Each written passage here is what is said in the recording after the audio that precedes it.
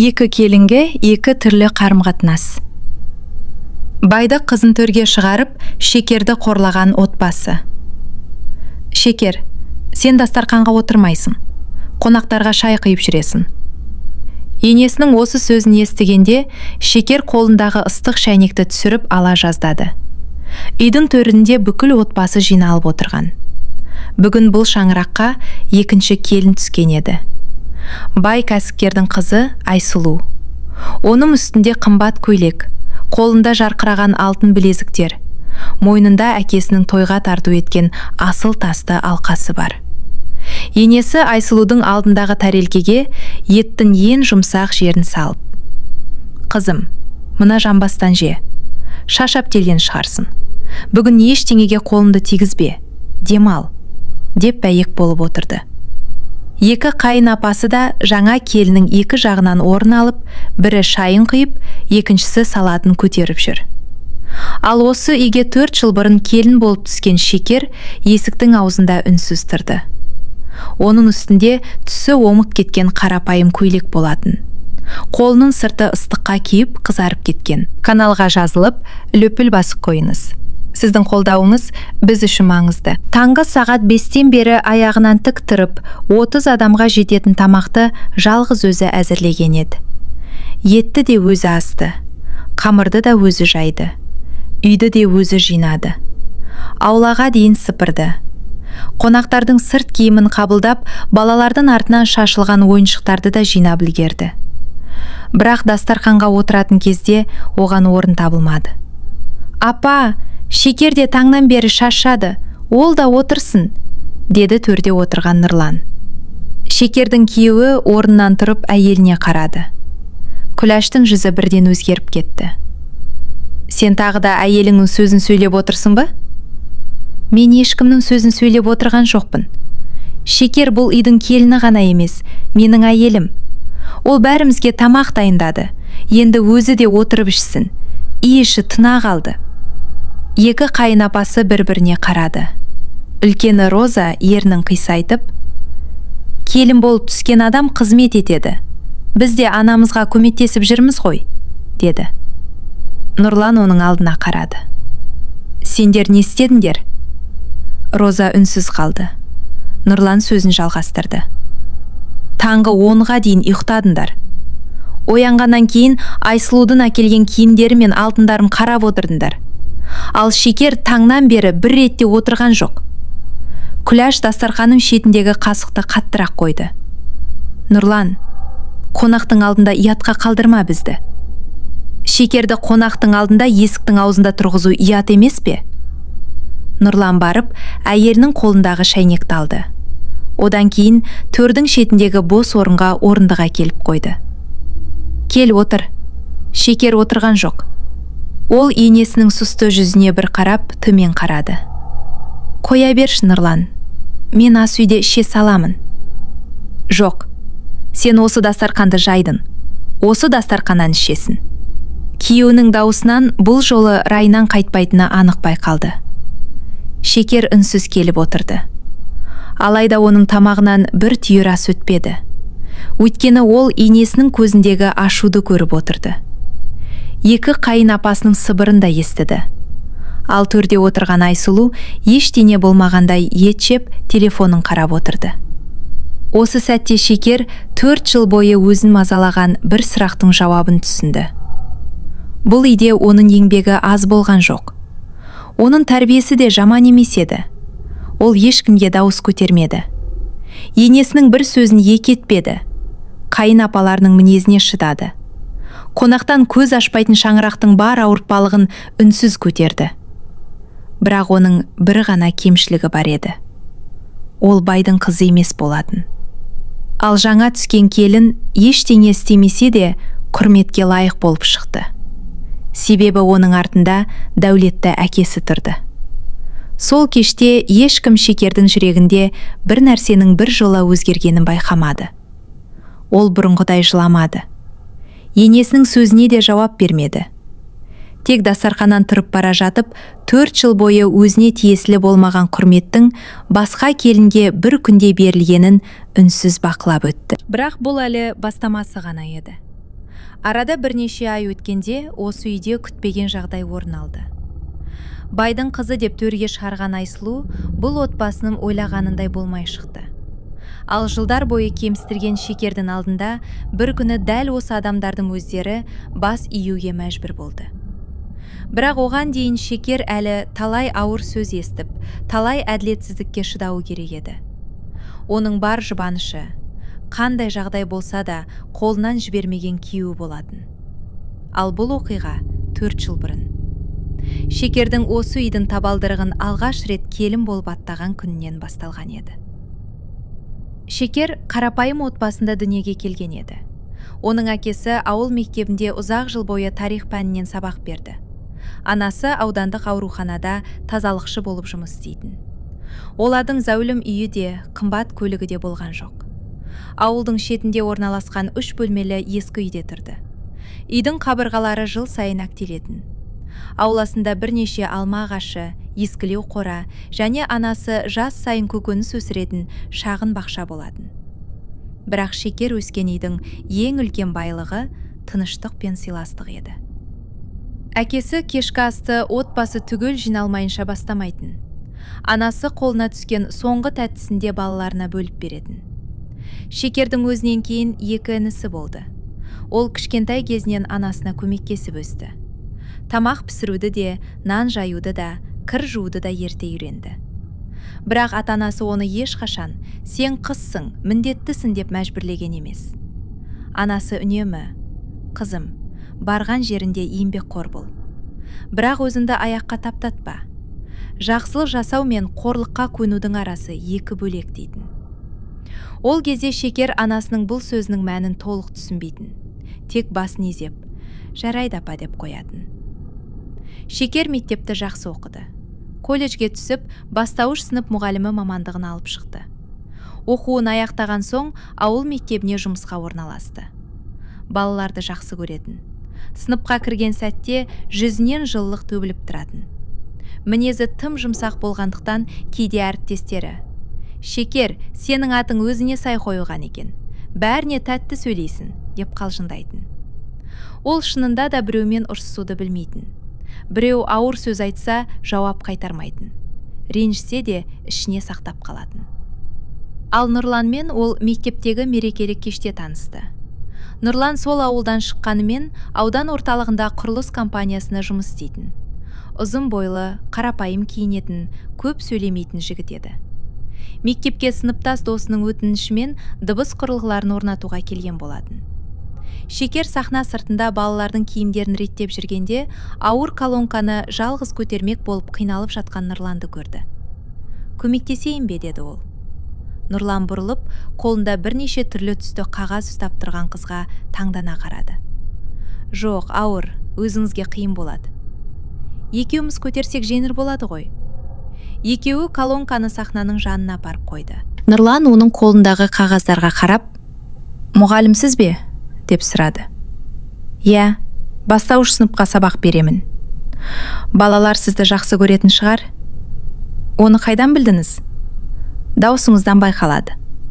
Шекер ұялып жымиып қойды. Осы қысқа ғана әңгімеден кейін Нұрлан оны ұмыта алмады. Бірнеше күннен соң мектепке тағы келді. Бұл жолы дыбыс құрылғысы үшін емес, Шекерді көру үшін. Ол сылтау тауып мектеп директорының кабинетіне кіріп шықты. Содан кейін дәлізде біраз жүрді. Ақыры қолында дәптерлерін құшақтап келе жатқан Шекерді көрді. «Сәлеметсіз бе? Сәлеметсіз бе? Тағы да бірдеңе бұзылып қалды ма?» Нұрлан күліп жіберді. «Жоқ, бұл жолы өзім келдім». Шекер оның не айтқысы келгенін түсініп төмен қарады. Нұрлан сөзді айналдырмай бірден айтты: «Шекер, сізбен сөйлесіп, жақынырақ танысқым келеді. Қарсы болмасаңыз». Шекер бірден жауап берген жоқ. Ол тәрбиесі бойынша мұндай ұсынысты жеңіл қабылдай алмайтын. «Әке-шешем білуі керек», деді біраздан кейін.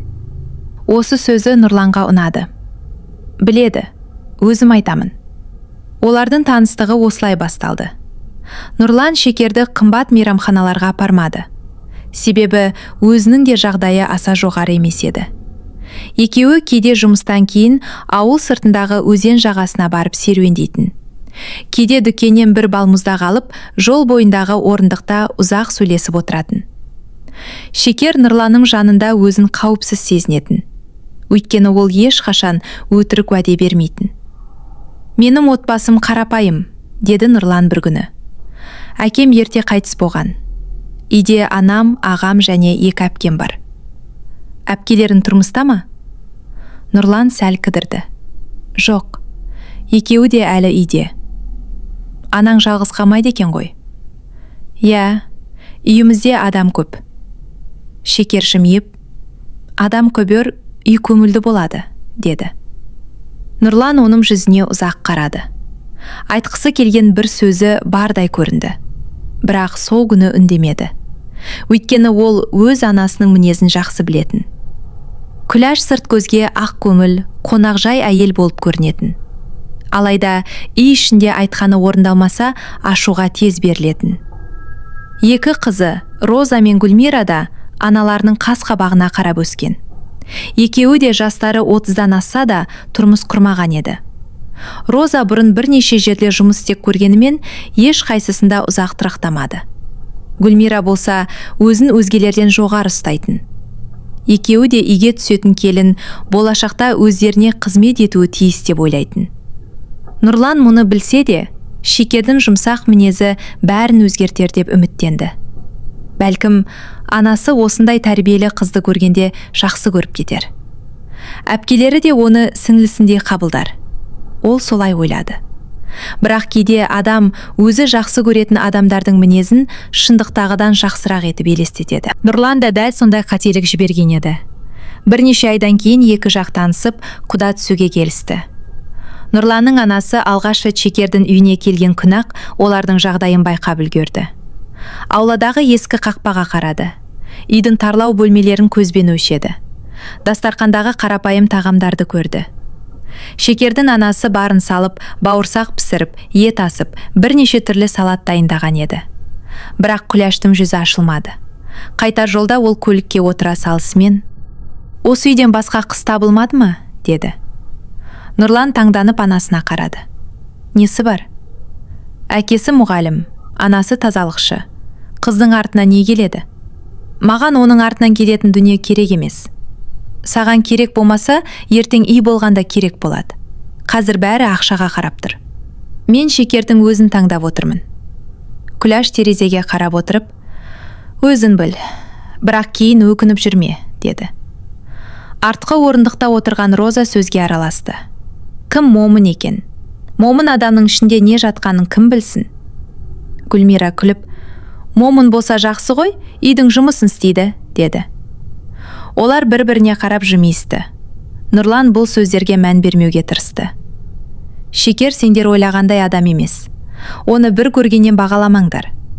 Алайда осы сапардан кейін Күләштің санасында Шекерге қатысты пікір қалыптасып қойған еді. Ол болашақ келіннің адамгершілігіне қарап емес, ата-анасының тұрмысына қарап бағалады. Шекер мұның еш қайсысын білмеді. Ол болса алдағы тойын ойлап бақыттан толқып жүрді. Анасына, «Апа, мен барған жеріме сіңісіп кете аламын ба?» деп сұрайтын. Анасы оның шашынан сипап, «Сенің қолыңнан бәрі келеді. Бірақ есінде болсын қызым, барған үйіне қызмет етуге болады, ал өзіңді жоғалтуға болмайды» дейтін. Шекер бұл сөзді тағы да үнсіз тыңдады. Ол кезде өзің қандай өмір күтіп тұрғанын білген жоқ. Той күні де келіп жетті. Шекер ақ көйлегін киіп ата-анасының үйінен ұзатылды. Әкесі қызын құшақтап тұрып ұзақ жылады. Өмірінде көз жасын көп көрсете бермейтін адамның иығы дірілдеп тұрғанын көргенде Шекердің де жүрегі езіліп кетті. «Бақытты бол қызым», деді әкесі. «Біреудің үйіне келін боламын деп, біздің қызымыз екеніңді ұмытпа». Анасы қызының маңдайынан сүйді. «Қандай жағдай болса да, біздің есігіміз саған әрқашан ашық». «Жаман ойламаңыздаршы», деді Шекер көз жасын сүртіп.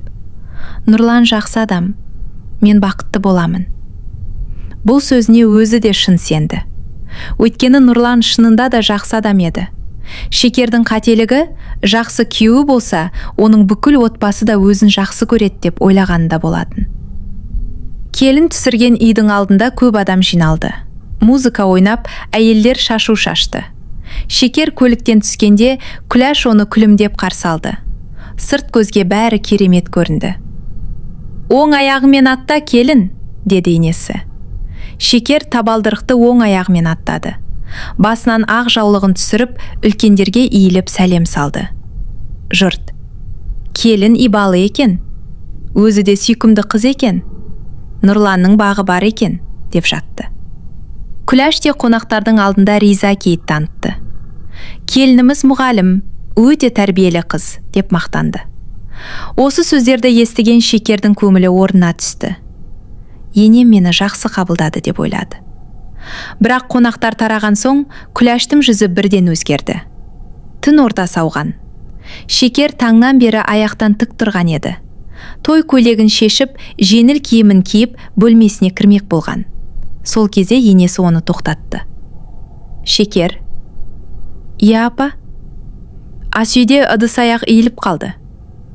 Шекер асүйге көз тастады. Үлкен үстелдің үстінде жуылмаған табақтар мен кеселер тау болып жиналып тұрды. Бірнеше қазанның түбі майланып қалған. Еденге тамақ төгілген.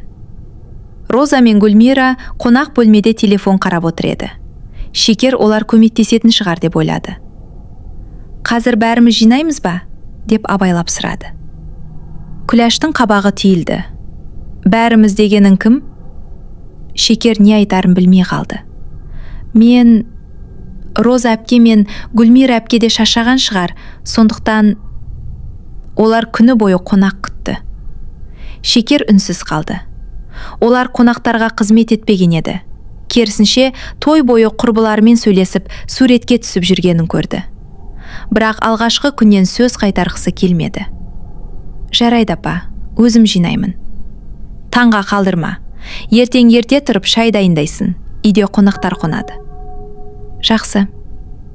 Нұрлан бөлмеден шығып: «Анашым, бүгін қоя салыңыздаршы». Шекер шашады. «Ыдысты ертең жуармыз», деді. «Сен араласпа», деді Күләш. «Келінің алғашқы күннен міндетін білгені дұрыс». «Бірақ бүгін оның тойы болды ғой?» «Біз де келін болдық. Тойдың ертеңіне дейін ұйықтап жатқан жоқпыз». Нұрлан асүйге кіріп жеңін тірді. «Онда екеуміз жуамыз». Күләш баласына сенбей қарады. «Сен ыдыс жуасың ба?»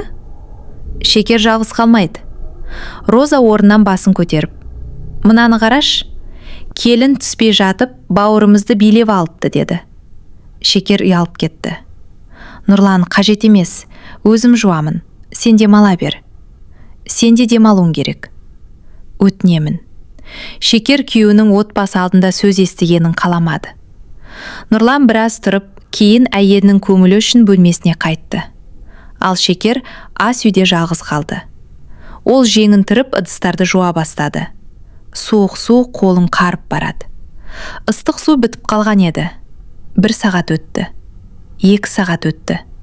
Үйдегілердің бәрі ұйықтап қалды. Шекер қазаның түбін ысқылап отырып, терезеден далаға қарады. Таңғы самал пердені баяу тербетіп тұрды. Ол осыдан бірнеше сағат бұрын ғана ата-анасының үйінде болғанын ойлады. Анасының жылы құшағын, әкесінің дәуілдеген дауысын.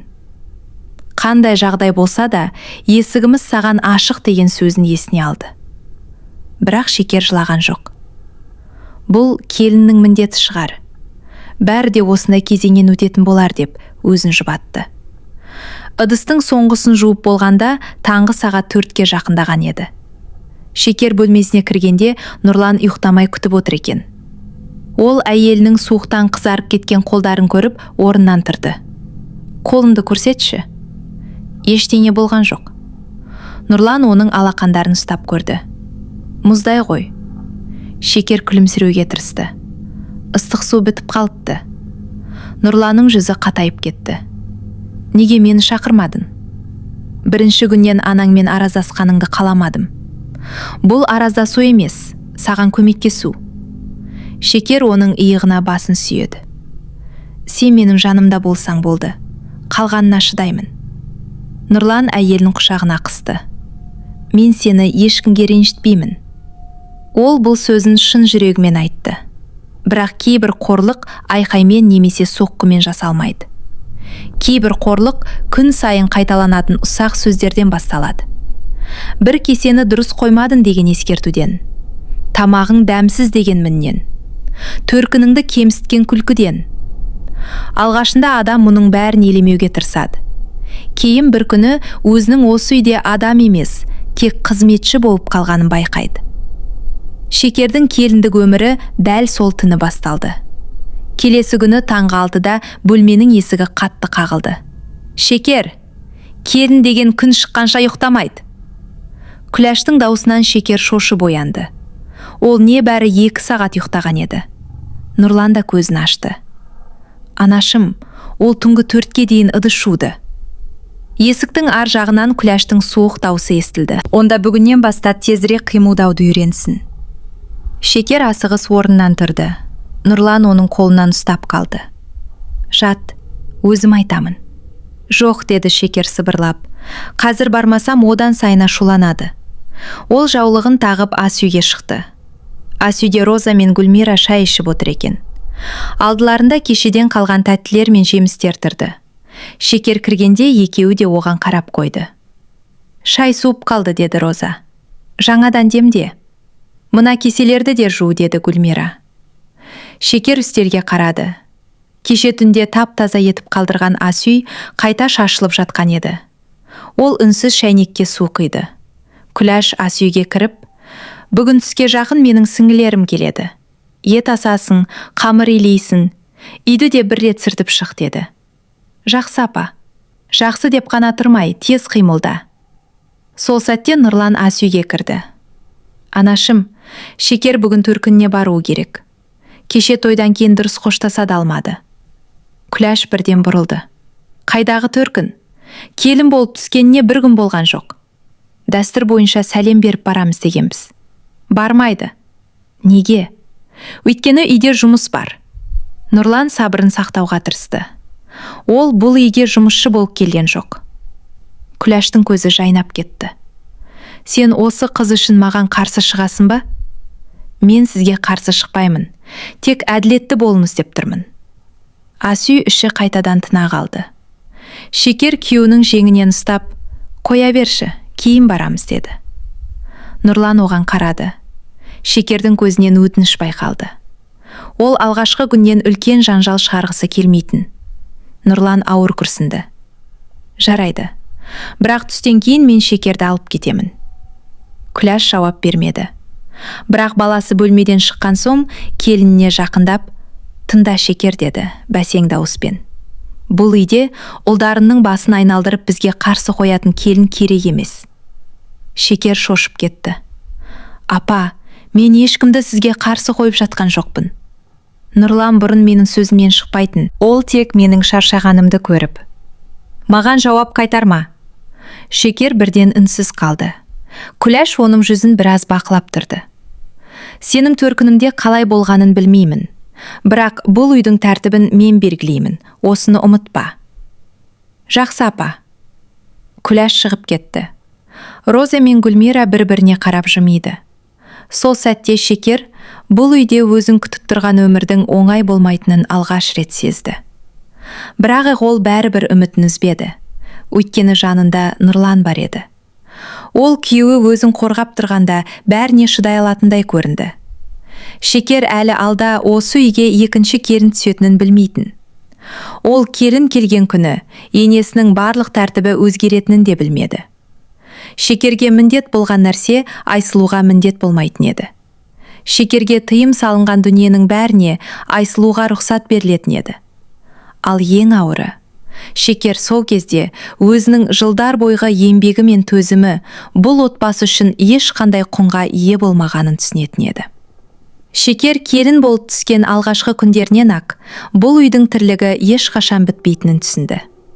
Таңғы 5:30-да тұрады. Алдымен аулаға шығып есіктің алдын сыпырады. Содан кейін ас үйге кіріп шәйнекке су қояды.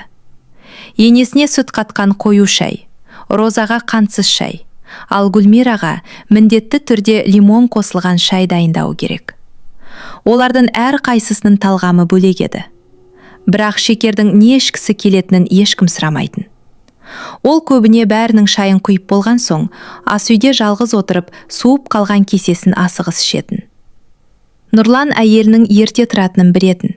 Сондықтан жұмысқа кетер алдында үнемі ас үйде кіріп, қолынан келгенше көмектесуге тырысатын.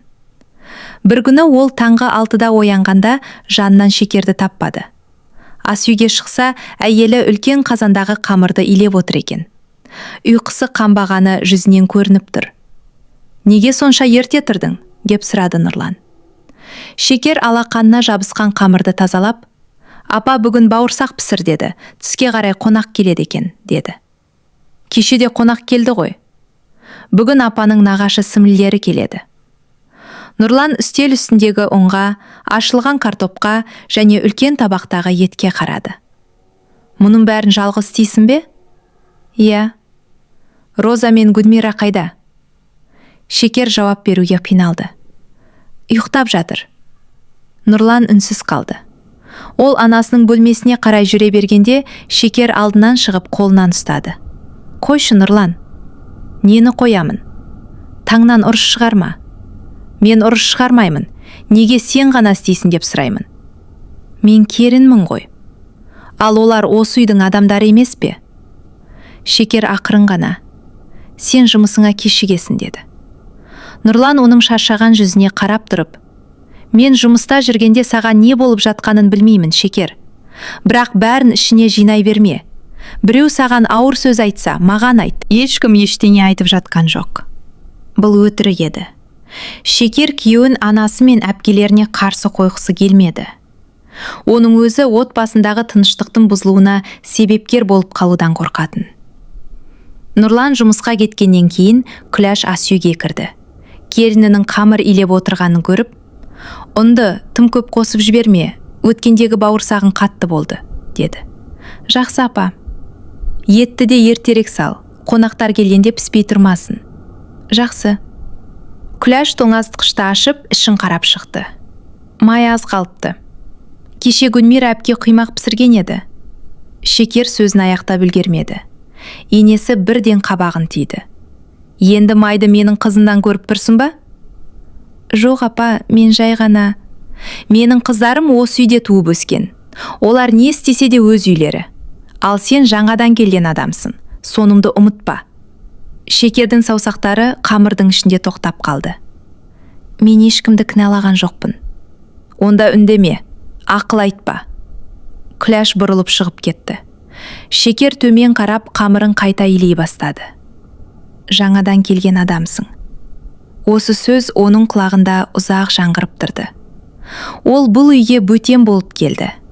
Бірақ уақыт өте келе өз адамындай қабылданамын деп сенді. Сол үшін бар күшін салғысы келді. Қонақтар түске таман келді. Шекер дастарқанды толтырып қойды. Бауырсақ, салат, тәттілер, жеміс-жидек, ет. Күләш төрде отырып келінін қонақтарға мақтады.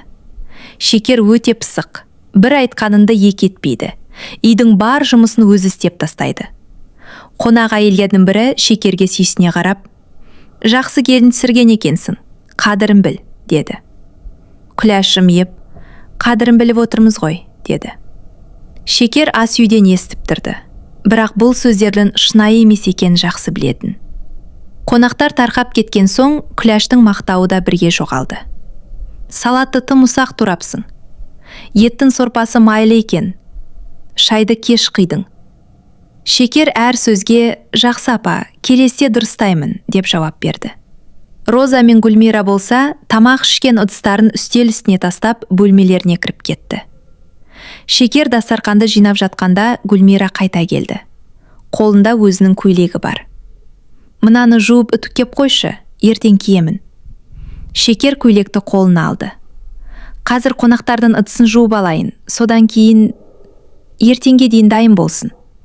«Жақсы». Гүлмира кетіп бара жатып тоқтады. «Қолмен жу, машинаға салсаң матасы бұзылады». Шекер басын изеді. Кешке Нұрлан жұмыстан келгенде Шекер әлі ас үйде жүрді. Қонақтардың ыдысын жуып болып, Гүлмираның көйлегін қолмен жуып отыр екен. Нұрлан есіктен кіріп, әйелінің алдында тізерлеп отырғанын көрді. Не жуып отырсың? Көйлек. Кімнің көйлегі? Шекер үнсіз қалды. Сол сәтте ас үйге Гүлмира кірді. Менікі. Не болды? Нұрлан орнынан тұрды. Өз көйлегіңді неге өзің жумайсың? Гүлмира таңданып, Шекерге айттым ғой. Неге оған айтасың? Ол келін емес пе? Нұрланның қабағы түйілді. Келін сенің жеке қызметшің емес. Гүлмира мысқылдап күлді. Әйеліне бір көйлек жуғызғанымыз үшін осынша сөйлейсің бе? Мәселе бір көйлекте емес. Сендер таңнан кешке дейін оған бұйрық бересіңдер. Өздерінің қолдарым жоқ па? Дауысты естіген Күләш пен Роза да ас үйге келді. Күләш баласына ашулы қарады. Тағы не болды? Анашым, қыздарыңыз өз жұмыстарын өздері істесін. Келін тұрғанда қыздарым кір жуа ма? Неге жумайды? Өйткені бұл үйде келін бар. Нұрлан біраз үнсіз тұрды. Сонда Шекер, осы үйге менің әйелім болып емес, сендердің жұмыстарыңды істеу үшін келді ме? Күләштің жүзі қызарып кетті. Сен маған дауыс көтерме. Мен дауыс көтеріп тұрған жоқпын. Көтеріп тұрсың. Бір ай бұрын ғана әйел алған балаң бізге ақыл айтып шыға келді. Шекер дереу орнынан тұрды. Нұрлан, қоя берші, мен жуып қоямын. Сен үндеме, деді Нұрлан, әйеліне емес, жағдайды тоқтатқысы келгендей. Сен осылай бәріне көне берсең, олар мұны қалыпты деп ойлайды. Күләш қолын беліне қойды. Олар деген кім? Біз саған бөтен болып қалдық па? Ешкім бөтен емес. Бірақ Шекер де бөтен емес. Роза сөзге араласты. Біз оны жеп қойып жатқан жоқпыз ғой. Бір үйдің жұмысын істесе несі кетеді? Нұрлан әпкесіне тіке қарады. Бір үйдің жұмысын неге бір адам ғана істейді? Ол келін. Сен де осы үйдің қызысың. Роза жауап таппай қалды. Күләш дастархан үстіндегі дымқыл көйлекті жұлып алды. Болды, жумасын. Қызымның көйлегі кір болып қалса да, әйелінің қолы талмасын. Шекер қысылып, апа, олай демеңізші, мен жуып қоямын. Керегі жоқ, деді Күләш қатты дауыспен. Сенің кесірінен балам бізге қарсы сөйлеп отыр. Шекердің көзіне жас толды. Мен оған ештеңе айтқан жоқпын. Айтпасаң да түріңмен көрсетіп жүрсің. Бейшара болып шаршап жүргендей көрінесің. Нұрлан анасына жақындай түсті. Анашым, тоқтатыңыз. Оның даусы қатты шықпаса да өте нық еді. Күләш баласының көзіне қарап бір сәтке үнсіз қалды. Менің әйеліме бұлай сөйлемеңіз, деді Нұрлан. Шекер сізге қарсы бір сөз айтқан жоқ. Күн сайын бар жұмысты істеп жүр. Ең болмаса еңбегін жоққа шығармаңыз. Күләштің ерні дірілдеді. Сен үшін осы қыз бізден артық болып кетті ме? Сіз менің анамсыз. Олар менің әпкелерім, ал Шекер менің жарым. Біреуімді қорғау үшін екіншіңді таптатпаймын. Нұрлан Шекердің қолынан ұстап, бөлмелеріне алып кетті. Есік жабылған соң Шекер көз жасын тыя алмады. Неге жылап отырсың? Деді Нұрлан. Мен сенің анамен араз болғаныңды қаламаймын. Мен де қаламаймын. Бәріне мен себеп болып жатқандаймын. Нұрлан әйелінің екі иығынан ұстап өзіне қаратты. Сен ештеңеге себеп болған жоқсың. Әділетсіздікке қарсы сөйлеген адам кінәлі емес. Бірақ анаң мені одан сайын жек көріп қалады. Ол сені жек көрмеуі керек. Сен оған еш жамандық жасаған жоқсың. Шекер көз жасын сүртті. Мүмкін мен шынымен баяу қимылдайтын шығармын. Жоқ. Мүмкін тамақты да дұрыс істемейтін шығармын. Шекер, сен олардың айтқан әр сөзін шындық деп қабылдай берме. Нұрлан оның қызарып кеткен қолдарына қарады. Судың ішінде ұзақ отырғаннан саусақтарының ұшы бүрісіп қалған. Ертеңнен бастап Гүлмира мен Розаның жеке заттарына тиіспейсің. Бірақ олар айтса ше? Өздеріңіз істеңіздер дейсің. Шекер қорыққандай күйеуіне қарады. Мен олай айта алмаймын. Онда маған айт. Сен күні бойы жұмыстасың ғой. Нұрлан ауыр күрсінді. Бөлек шығайық. Шекер оның жүзінен бұл сөзді бұрыннан ойлап жүргенін байқады. Қайда барамыз? Жұмысқа жақын жерден пәтер жалдаймыз. Басында қиын болар, бірақ тыныш өмір сүреміз. Шекер ұзақ үнсіз қалды. Оның да бұл үйден кеткісі келетін сәттері болатын. Бірақ келін болып түскеніне әлі 1 айда болмаған. Егер қазір бөлек шықса, ауылдың адамдары не дейді? Келін енесіне сыймай кетті демей ме? Ата-анасы ұялып қалмай ма? Енесі жалғыз қалып қоймай ма? Шекер осының бәрін ойлады. Әзірге асықпайықшы, деді ақыры. Неге? Уақыт өте, бәрі түзелер. Апа да мені жақынырақ танып, үйреніп кетер. Нұрлан әйелінің тым сенгіш екенін білетін, бірақ оның көңілін сындырғысы келмеді. Жарайды. Бірақ тағы осылай жалғаса берсе, мен үндемей отырмаймын. Сол түні Шекер ұзаққа дейін ұйықтай алмады. Қабырғаның ар жағынан енесі мен 2 қайынапасының сөйлескені естіліп тұрды. Келгеніне 1 ай болмай жатып, баламызды бізге қарсы қойды, деді Күләш. Бұдан кейін не болады, деді Роза. Ертең үйді де өз атына жаздырып алатын шығар. Басында момын болып көрінген адамдардан қорқу керек, деді Гүлмира. Шекер көрпесін басына дейін көтеріп алды. Нұрлан ұйықтап жатқан сияқты еді. Шекер оның бұл сөздерді естімегенін қалады. Бірақ біраздан кейін күйеуінің қолы оның иығына қойылды. Естіп жатырсың ба? Деп сыбырлады Шекер. Иә. Ештеңе деме, өтінемін. Нұрлан үндемеді. Тек әйелін өзіне жақын тартып, құшағына қысты. Шекер оның кеудесіне басын қойды. Осы үйдегі жалғыз қорғаны осы адам екенін тағы да сезінді. Бірақ Нұрлан жұмысқа кеткен күндері Шекер жалғыз қалатын. Ал Күләш пен қыздары баласының көзінше айта алмаған сөздерінің бәрін сол кезде айтатын. Келесі күні таңғы астан кейін Роза кесесін үстел үстіне қалдырып, «Мынаны жуып қой», деді. Шекер күйеуінің сөзін есіне алды. Біраз үнсіз тұрды. Содан кейін бар батылдығын жинап, «Роза әпке, өзіңіз жуып қоясыз ба? Мен ауладағы кірлерді жайып, түскі асқа кірісуім керек еді», деді. Розаның жүзі өзгеріп кетті. «Не дедің?» «Менің жұмысым көп болып тұр. Сонда мен өз кесемді өзім жуым керек пе?» Шекер төмен қарады. «1 кесе ғана ғой». Роза үстелді алақанымен ұрып қалды. «Анашым!» Күләш бөлмеден асығыс шықты. «Не болды?» «Келініңіз маған өз кесеңді өзім жу», деді. Күләш Шекерге суық қарады. «Солай дедің бе?» «Апа, менің жұмысым көп еді, тек 1 кесені, көп болса тез қимылда.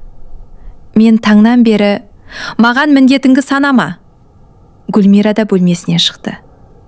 «Кеше ағам қорғаштап еді, бүгіннен бастап бізге бұйрық бере бастапты ғой». «Мен бұйрық берген жоқпын». «Онда мына кесені жу», деді Роза. Шекер үнсіз кесеге қол созды. Дәл сол сәтте аула жақтан Нұрлан кіріп келді. Ол жұмысына кетіп қалған еді, бірақ телефонын ұмытып қайта оралған болатын. Шекердің қолындағы кесені анасы мен әккелерінің түрін көріп, жағдайды бірден түсінді. «Не болып жатыр?» Ешкім жауап бермеді. Нұрлан Шекерге қарады. «Айт». «Ештеңе болған жоқ». «Шекер?» Роза қолын кеудесіне айқастырып. «Әйелін енді бізге ыдыс жуғызатын болыпты». Нұрлан үстел үстіндегі жалғыз кесеге қарады. «Осы үшін айқайлап тұрсыңдар ма?» «Мәселе кеседе емес», деді Күләш. «Мәселе оның бізді сыйламай бастағанында». «Өз кесеңді өзің жуу сыйламау болып па?» «Нұрлан!» «Жоқ анашым, осыны бүгін анықтап алайық. Шекер бұл үйдің бүкіл жұмысын істейді. Бірақ Роза мен Гүлмираның артынан жеке-жеке жинауға міндетті емес». Гүлмира ренжіген кейіппен. «Біз сенің әпкелеріңбіз. Сол үшінде өздерің үлгі көрсетулерің керек. Әйелің бізден артық па?» Нұрлан біраз үнсіз тұрды. «Бұл жерде кімнің артық, кімнің кем екені туралы сөз болмауы керек. Бірақ сендер Шекерді адам құрлы көрмей жүрсіңдер». Күләш баласының сөзін бөліп. «Жетеді. Егер әйелің біздің тәртібімізге көнбесе, алып кет. Үй іші тына қалды. Шекер шошып енесіне қарады. Ол мұндай сөзді күтпеген еді. Нұрланның жүзі де өзгеріп кетті. Жарайды, деді ол. Күләш баласының келісетінін күтпегендей көзін ілкейтіп. Не дедің? Алып кетемін. Шекер күйеуінің қолынан ұстап. Нұрлан, тоқташы. Бүгін кешке пәтер қараймыз. Күләштің даусы дірілдеп шықты. Бір әйел үшін туған үйіңді тастап кетпексің де? Мен туған үйімді тастап жатқан жоқпын. Әйелімді күн сайын қорлатпаймын. Біз оны қорлаған жоқпыз. Сіздер өздеріңіз байқамайсыздар. Өйткені оның бәрін қалыпты деп ойлайсыздар. Нұрлан бөлмесіне кіріп, шкафтан жол сөмкесін алды. Шекер соңынан жүгіріп барды. Не істеп жатырсың? Киімдерімізді жинаймын. Жоқ, Нұрлан, қазір кетпейміз. Неге? Ашумен шешім қабылдама. Бұл ашу емес. Мен көптен бері көріп жүрмін. Анаңым жүрегі ауырады. Сенім жүрегің ауырғанда ше? Шекер жауап бере алмады. Нұрлан сөмкеге киімдерін сала бастады. Сол кезде есік алдында Күләш пайда болды. Оның жүзі бұрынғыдай ашулы болғанымен, көзінде қорқыныш бар еді. Ол баласының шынымен кетіп қалатынын енді түсінді. Нұрлан, тоқта, деді бұл жолы баяу дауыспен. Нұрлан бұрылмады. Шекер өз міндетін дұрыс атқарса ешкім тиіспейді. Нұрлан киімді сөмкеге қаттырақ салды. Сіз әлі де кінәні одан көріп тұрсыз. Жарайды, деді Күләш тістеніп. Қыздарыма өз заттарын өздері істесін деймін. Бірақ сен де әйеліне айт. Мені бұл үйде жаман адам етіп көрсетпесін. Шекер дереу. Апа, мен сізді ешкімге жамандаған жоқпын, деді. Күләш оған қарамады. Қалсаңдар қалыңдар. Бірақ менің де жүйкемді жұқартпаңдар. Ол бұрылып шығып кетті. Нұрлан сөмкенің аузын жаппастан ұзақ отырды. Шекер оның жанына келді. Кетпейікші, деді ақырын. Неге сен оларға сонша мүмкіндік бере бересің? Өйткені олар сенің отбасың. Нұрлан әйеліне қарап. Сен де менің отбасымсың, деді. Шекердің көзінен жас шықты. Ол Нұрланның иығына басын қойды. Сол күні олар үйден кетпеді. Күләш бірнеше күн бойы Шекерге көп сөйлемей жүрді. Роза мен Гүлмира да өз ыдыстарын өздері жуып, киімдерін Шекерге бермейтін болды. Бірақ бұл ұзаққа созылмады. Бір аптадан кейін бұрынғы жағдай қайта басталды. Тек енді олар Нұрланның көзінше үндемейтін. Ол жұмысқа кеткен соң ғана Шекерге бұйрық беретін. Мына бөлмені жина. Аяқ киімімді сүрт. Көйлегімді үтікте. Шашынды бояуға су дайында. Шекер кейде қарсы болғысы келетін. Бірақ енесінің осы үйде тұрып жатқан соң осы үйдің жұмысын істейсің деген бір ауыз сөзі оның аузын жабатын. Осылайша айлар өте берді. Шекер мектептегі жұмысында жалғастырды. Таңертең үйдің тірлігін істеп сабаққа кетеді. Түстен кейін үйге асығады. Себебі кешкі ас уақытында дайын болмаса, Күләштің қабағы қатуланатын. Кейде Шекер мектептен шаршап келгенде, Роза мен Гүлмира теледидар алдында шай ішіп отыратын. Үстел үстінде жуылмаған кеселер, тәттінің қағаздары мен жемістің қабығы шашылып жататын. Кешкі асқа не пісіресің деп сұрайтын Роза. Шекер сөмкесін шешіп үлгермей, кеспе пісірейін деп едім дейтін. Тағы кеспе ме? Ет қуыршы. Ет мұздатқышта, жібігенше кеш болады. Ертерек шығарып қою керек еді. Шекер сол кезде таңнан бері мектепте болғанын айтқысы келетін, бірақ үндемейтін. Бір күні жұмыста оның басы айналып, көзі қара өтіп кетті. Әріптесі Айман оны орындыққа отырғызды. Түрім бозарып кетіпті. Тамақ іштің бе? Шекер ойланып қалды. Таңертең бәріне шай дайындағанымен өзі ештеңе жемеген еді. Шай іштім. Шай тамақ емес. Айман оған өз сөмкесіндегі тоқашты берді. Мә, жеп ал. Шекер бастапқыда алмады. Бірақ қолы дірілдей бастаған соң тоқаштың жартысын жеді. Үйде бәрі дұрыс па? Деп сұрады Айман. Дұрыс. Соңғы кезде қатты жүдеп кеттін. Шекер жымиюға тырысты. Жұмыс көбейіп кетті. Айман сенбегендей қарады. Жұмыс мектепте ме, әлде үйде ме? Шекер жауап бермеді. Оның үнсіздігі бәрін айтып тұрды. Сол кеште үйге келгенде Күләш аулада күтіп тұр екен. Қайда жүрсің? Жұмыстан келе жатырмын. Сағат 6 болды. Мектепте жиналыс болды. Телефон соғып айтуға болмай ма? Телефонымның қуаты отырып қалыпты.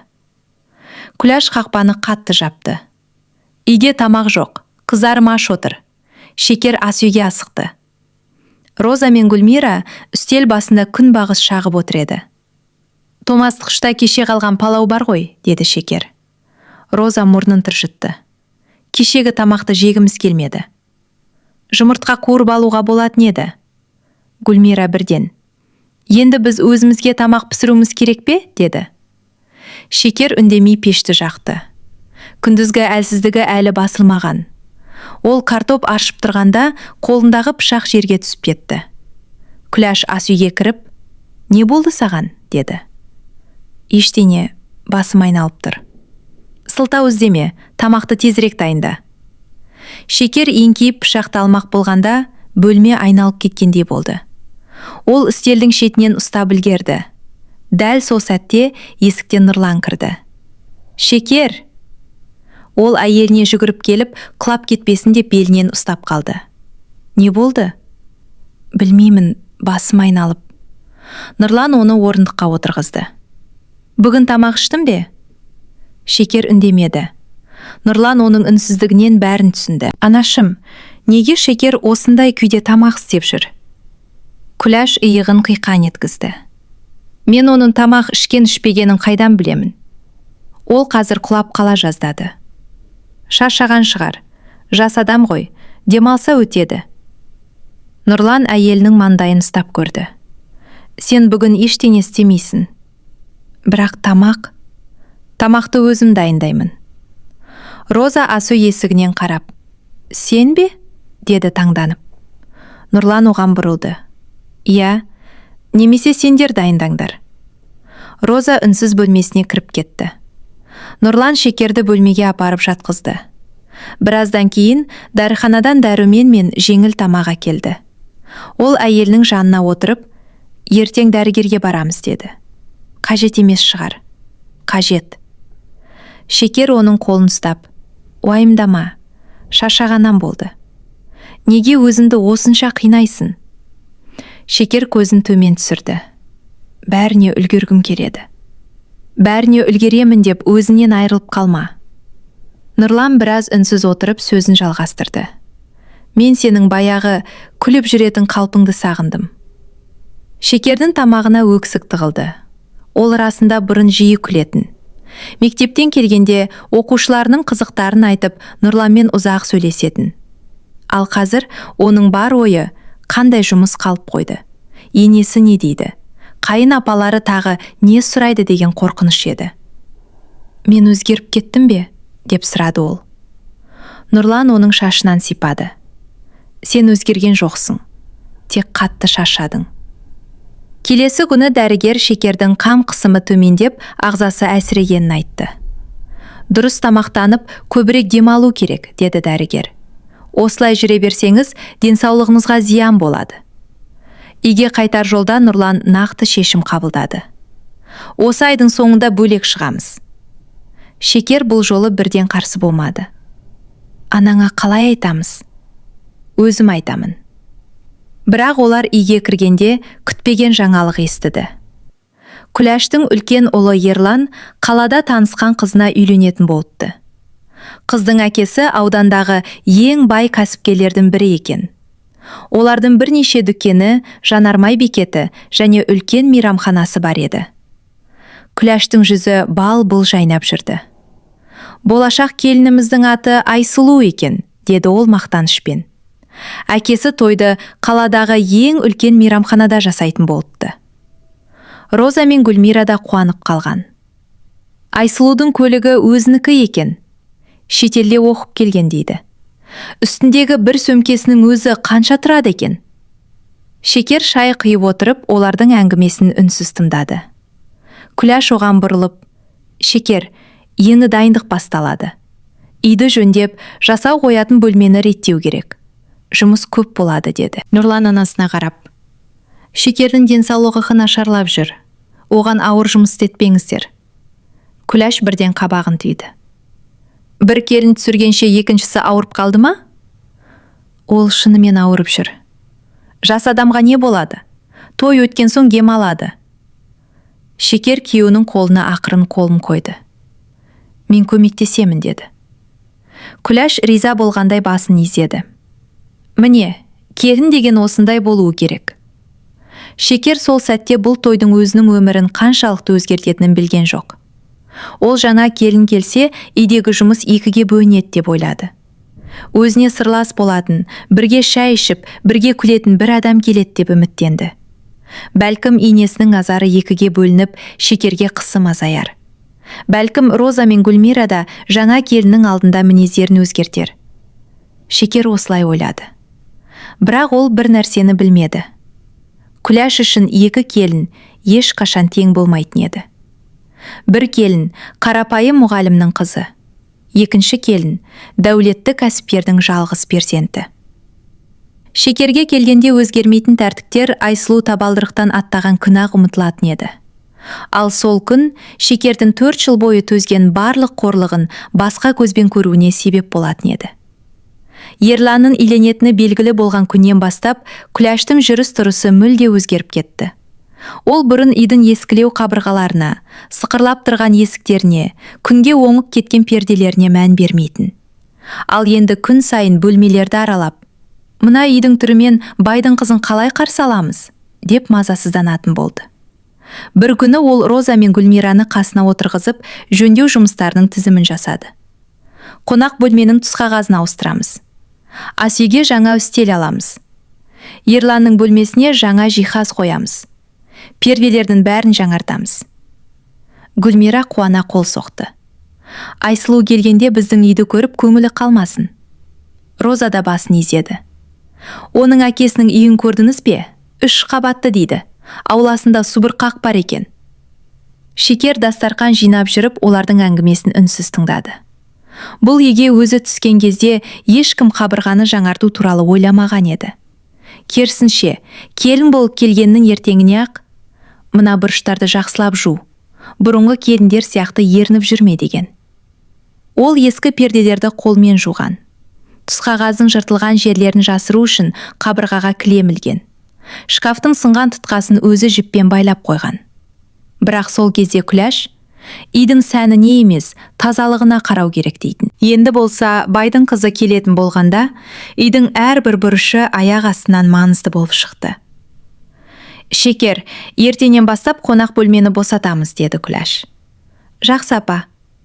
Барлық кремді қағасың, перделелерді шешіп жуасың, керезелерді де тазала. Нұрлан ас үйге кіріп келе жатып, бұл сөздерді естіді. Анашым, дәрігер Шекерге ауыр жұмыс істеуге болмайды деді ғой. Күләш ұнатпаған кейіппен баласына қарады. Перде жуғаннан адам өліп кетпейді. Ол кеше ғана әлсіреп қалды. Сен әйеліңді тым әлпештеп жібердің. Шекер күйеуінің тағы сөзге келетінін сезіп, мен істеймін Нұрлан, асықпай істесем болады, деді. Сен әр жолы осылай айтасың. Тойға дайындық қой. Нұрлан оның жүзіне қарады. Шекердің шаршағанын байқап тұрса да, анасының алдында даудың ұлғайғанын қаламады. Онда ауыр нәрсе көтермейсің, деді ол. Жарайды. Күләш ернін сәл қисайтты. Біз де келін болғанбыз. Бір пердеге бола күйеуімізді алдымызға салып көрмегенбіз. Нұрлан бірден бұрылды. Шекер, мені ешкімге салып отырған жоқ. Мен жалпы айтып тұрмын. Жалпы айтсаңыз да кімге айтып тұрғаныңыз белгілі. Шекер күйеуінің білегінен ұстап, қоя берші, деді ақырын. Нұрлан үндемей қалды. Бірақ оның қабағы ұзақ уақыт ашылмады. Келесі күні жөндеу басталды. Үйге жұмысшылар келді. Жиһаздардың бәрін аулаға шығару керек болды. Роза мен Гүлмира алғашқы сағатта ғана жүрді. Бірі шаңнан жөтелгенін айтып бөлмесіне кіріп кетті. Екіншісі тырнағы сынып қалғанына ренжіп, қолына ештеңе алмай қойды. Күләш болса жұмысшылардың жанында жүріп, әрқайсысына ақыл айтып отырды.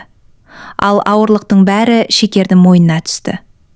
Ол кілемдерді сүйреді, шкафтардың ішін босатты, ескі ыдыстарды қораптарға салды, перделерді шешті, шаң басқан терезелерді жуды. Бір кезде оның белі шаншып, тынысы тарылып кетті. Ол ауладағы орындыққа отырып, маңдайын сүртті. Сол сәтте Роза үйден шығып, «Шекер, ана бөлмедегі қораптарды неге шығармадың? Жұмысшылар күтіп тұр» деді. «Қазір шығарамын». «Қазір деп 1 сағаттан бері жүрсің». Шекер басын көтерді. «Аздап демалып алайыншы, басым айналып тұр». Роза оның түріне қарап, «Сен соңғы кезде басында сылтау қылатын болыпсың» деді. Шекердің жүрегіне бұл сөз ауыр тиді. «Мен сылтау айтып отырған жоқпын. Онда тұрып жұмысыңды істе».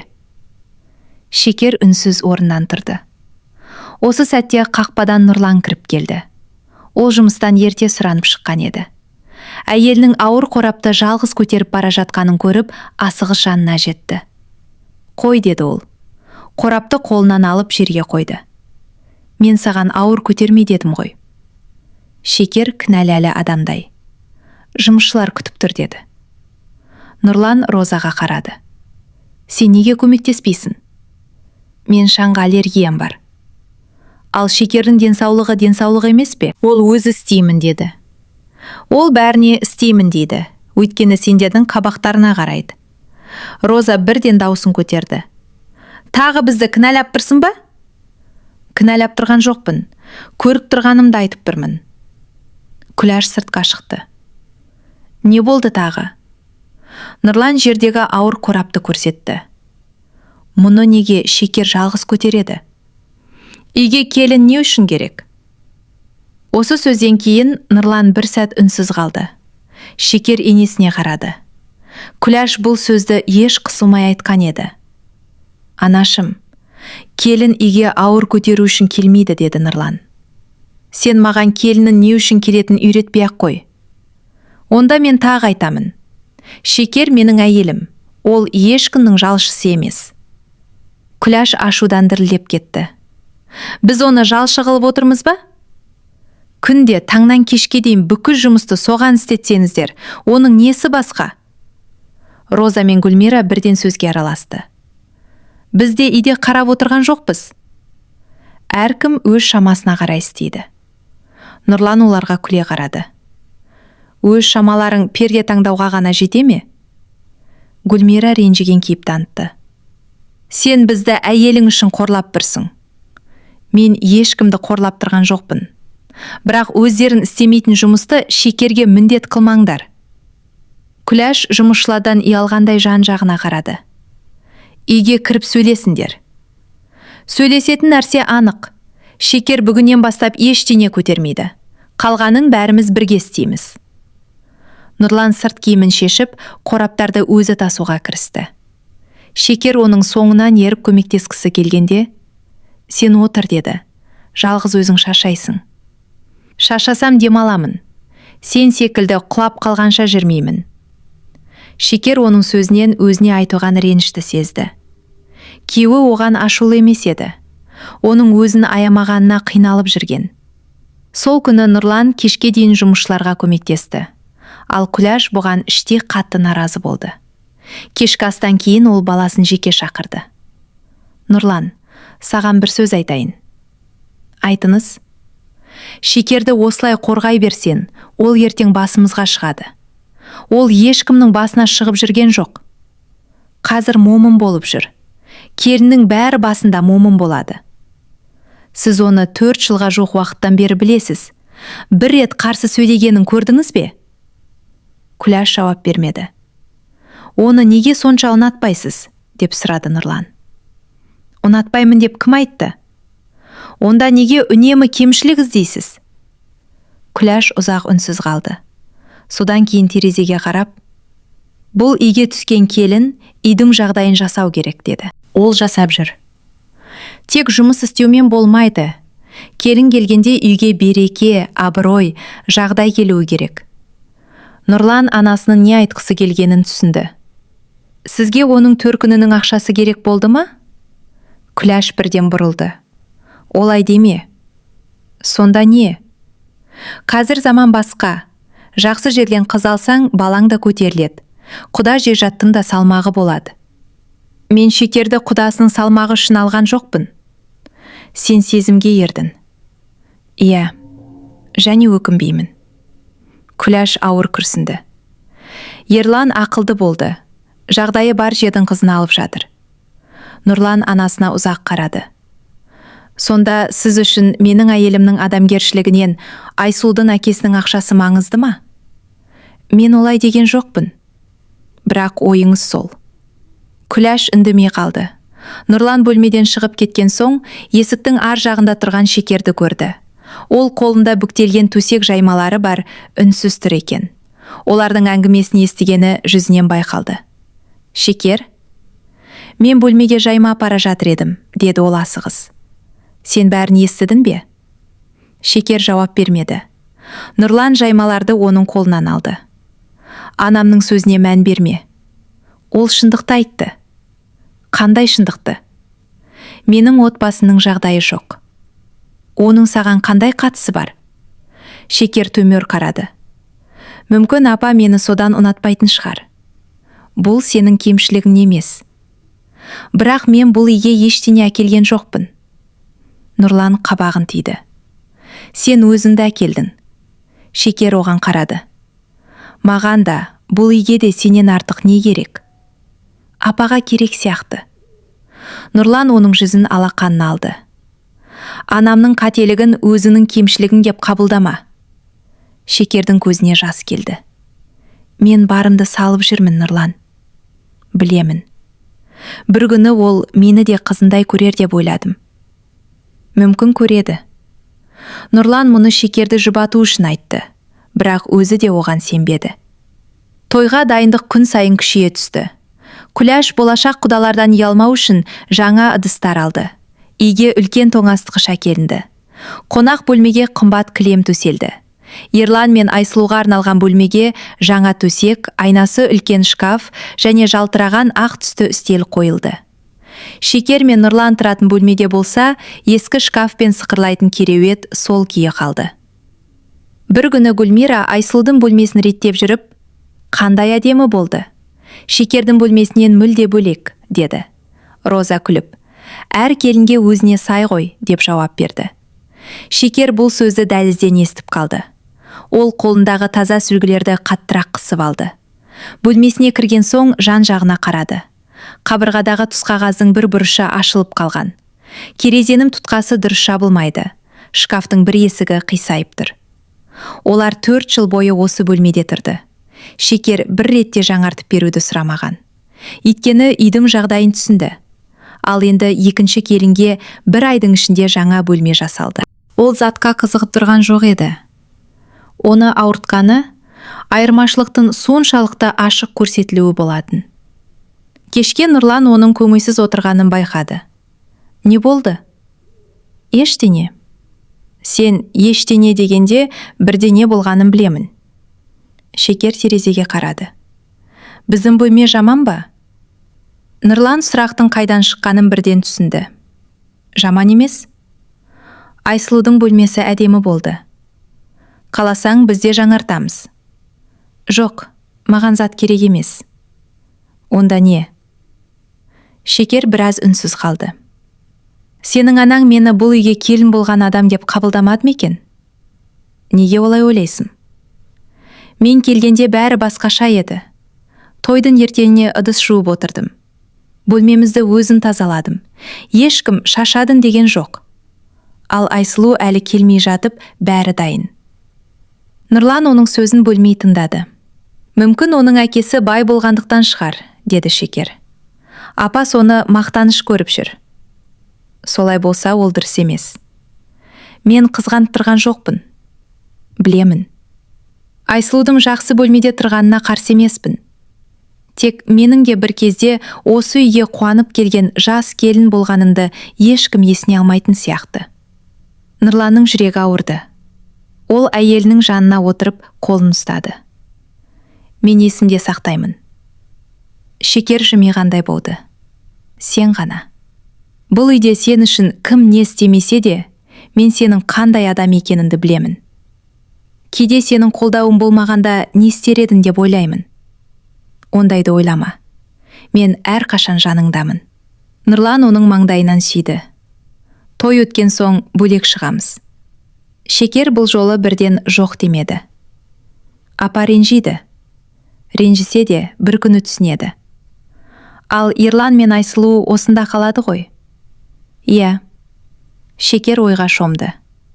Мүмкін жаңа келін түскен соң Күләштің назары соған ауып жағдай түзелер. Сол себепті ол тағы да күте тұруға шешім қабылдады. Бірақ дәл осы үміті кейін оның жүрегін бұрынғыдан да қатты жаралайтынын білмеді. Тойға бір апта қалғанда Айсұлу алғаш рет үйге келді. Ол әкесі мінгізген ақ түсті қымбат көліктен түсті. Үстінде ашық түсті ұзын көйлек, көзінде қара көзілдірік, қолында шағын ғана сәнді сөмке бар еді. Шашы иығына төгіліп, өзіне сенімді жүріп келе жатты. Күләш оны қақпаның алдынан күтіп алды. Кел, қызым, кел. Ол Айсұлуды құшақтап маңдайынан сүйді. Роза мен Гүлмира да жарыса амандасып, қолындағы сөмкесін алуға ұмтылды. Шекер ас үйде бауырсақ пісіріп тұрған. Енесінің «Қызым, аяғын талды ма? Үйге кіріп демал» деген даусын естіді. Ол қолындағы қамырын сыртып дәлізге шықты. Айсұлу оны көріп сыпайы жымиды. Сіз Шекер жеңгесіз бе? Иә. Қош келдің, Айсұлу. Рахмет. Шекер оған шын көңілімен жақындап құшақтады. Ол жаңа келінді қарсылас деп көрмеді. Керісінше, осы үйдегі жалғыздығы аяқталатындай қуанды. Бөлмен дайын, көргің келе ме? Деп сұрады Гүлмира. Әрине. Бәрі Айсұлуды бөлмесіне алып кетті. Шекер де арттарынан ерді. Бөлмені көрген Айсұлу, әдемі екен, деді. Күләштің жүзі жайнап кетті. Саған ұнайма деп қатты уайымдадық. Ұнады, рахмет. Бір жері көңіліңнен шықпаса айта бер, бәрін ауыстырамыз. Шекер есіктің аузында үнсіз тұрды. Күләш Айсұлудың иығынан сипап, сен ештеңеге алаңдама. Бұл үйге өз қызыма қалай қарасам, саған да солай қараймын, деді. Осы бір сөйлем Шекердің жүрегін тілгендей болды. 4 жыл ішінде Күләш оған бір ретте сені қызымдай көремін деп айтпаған еді. Керісінше, сен бұл үйге кейін келген адамсың деген сөзді талай рет естіді. Шекер өзін білдірмеуге тырысып ас үйге қайтып кетті. Бауырсақтың бір жағы күйіп бара жатқан екен. Ол асығыс аударды. Бірақ ойын жинақтай алмады. Біраздан кейін Күләш ас үйге кірді. Не болды мынаған? Кидіріп жібердің ғой. Кешіріңіз апа, бір сәтке алаңдап кеттім. Айсұлуға киген бауырсақ қоймайсың, жаңадан пісір. Мынаның кимегендерін бөлек саламын. Жоқ, жаңадан пісір. Ол бірінші рет келіп отыр. Шекер үнсіз жаңа қамыр илеуге кірісті. Ал сол кезде қонақ бөлмеде Күләш Айсұлудан «Қандай шай ішесің, қызым? Қара шай ма, көк шай ма, сүт қосайын ба?» деп сұрап отырды. Шекердің есіне өзінің келін болып түскен алғашқы таңы түсті. Одан ешкім қандай шай ішетінін сұрамаған. Керісінше, 2 сағат қана ұйықтаса да бәріне шай дайындауды бұйырған. Бірнеше минуттан соң Роза ас үйге кірді. Айсұлуға жемісті әдемілеп турап апар. Қазір бауырсақ пісіріп жатырмын. Екеуің қатар істей бер. Сіз турай салмайсыз ба? Розаның жүзі бірден өзгерді. Не? Шекер оның даусынан шошып, сөзін жұмсартуға тырысты. Менің қолым қамыр болып тіреді. Роза пышақты үстелден алып, қайта орнына тастады. Жарайды. Айсұлу келген күнақ мінез көрсеткің келіп тұрса, өзің біл. Мен мінез көрсеткен жоқпын. Онда істе. Роза шығып кетті. Шекер жемістерді жуып турай бастады. Сол сәтте ас үйге Айсұлу кірді. Көмектесейін бе? Деп сұрады ол. Шекер таңданып қарады. Жоқ, сен отыр. Қонақсың ғой. Қонақ емеспін. Бір аптадан кейін осы үйдің келіні боламын. Ол пышаққа қол созған еді. Дәл сол кезде Күләш кіріп келді. Айсұлу, сен не істеп тұрсың? Жеміс турауға көмектесейін дедім. Күләш пышақты оның қолынан алды.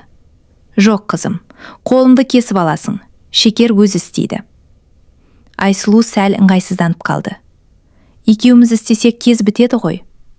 Саған мұндай жұмыс істеудің қажеті жоқ. Барып отыр. Бірақ, жүр қызым. Саған әкелген сыйлығымды көрсетемін. Күләш оны қолынан жетектеп алып кетті. Шекер тағы да жалғыз қалды. Ол Айсұлудың жаман адам емес екенін сол сәтте түсінді. Мәселе жаңа келінде емес еді. Мәселе енесінің жасаған айырмашылығында болатын. Кешке Айсұлу қайтқан соң Күләш қыздарымен ұзақ әңгімелесті. Өзі тәрбиелі екен. Киімдерін көрдіңіз бе? Сөмкесінің өзі біздің 1 айлық шығынымыздай шығар. Әкесі тойдан кейін Ерланға көлік алып береді дейді. Шекер дастархан жинап жүрді. Күләш оның жанынан өтіп бара жатып, Айсұлудан үлгі ал. Қалай жинақы, қалай сәнді жүреді деді.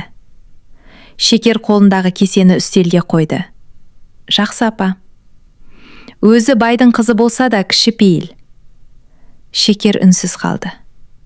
Ол Айсұлудың кішіпейілдігіне қарсы емес еді. Бірақ өзінің жылдар бойғы еңбегінің жанында бір күндік сыпайылықтың артық бағаланғанына іші ауырды. Сол түні Нұрлан үйге кеш келді. Шекер әдеттегідей киімдерін реттеп отырды. Айсұлу келді ме? Деп сұрады Нұрлан. Иә. Қандай екен? Жақсы қыз сияқты. Онда неге көңілсізсің? Шекер біраз үнсіз отырды. Нұрлан, бір сұрақ қойсам бола ма? Қой. Мен алғаш келгенде анаң маған да осылай қарады ма? Нұрлан жауап беруге қиналды. Шекер оның үнсіздігінен бәрін түсінді. Жоқ, солай ма?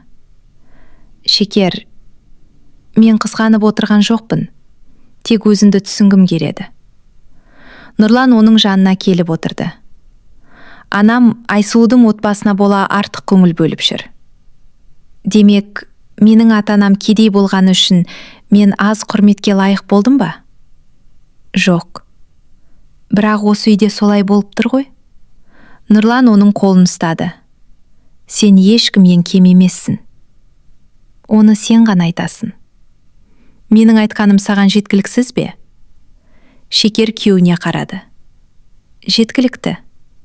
Бірақ адам кейде өзі қызмет етіп жүргесен үйден де бір жылы сөз күтеді екен.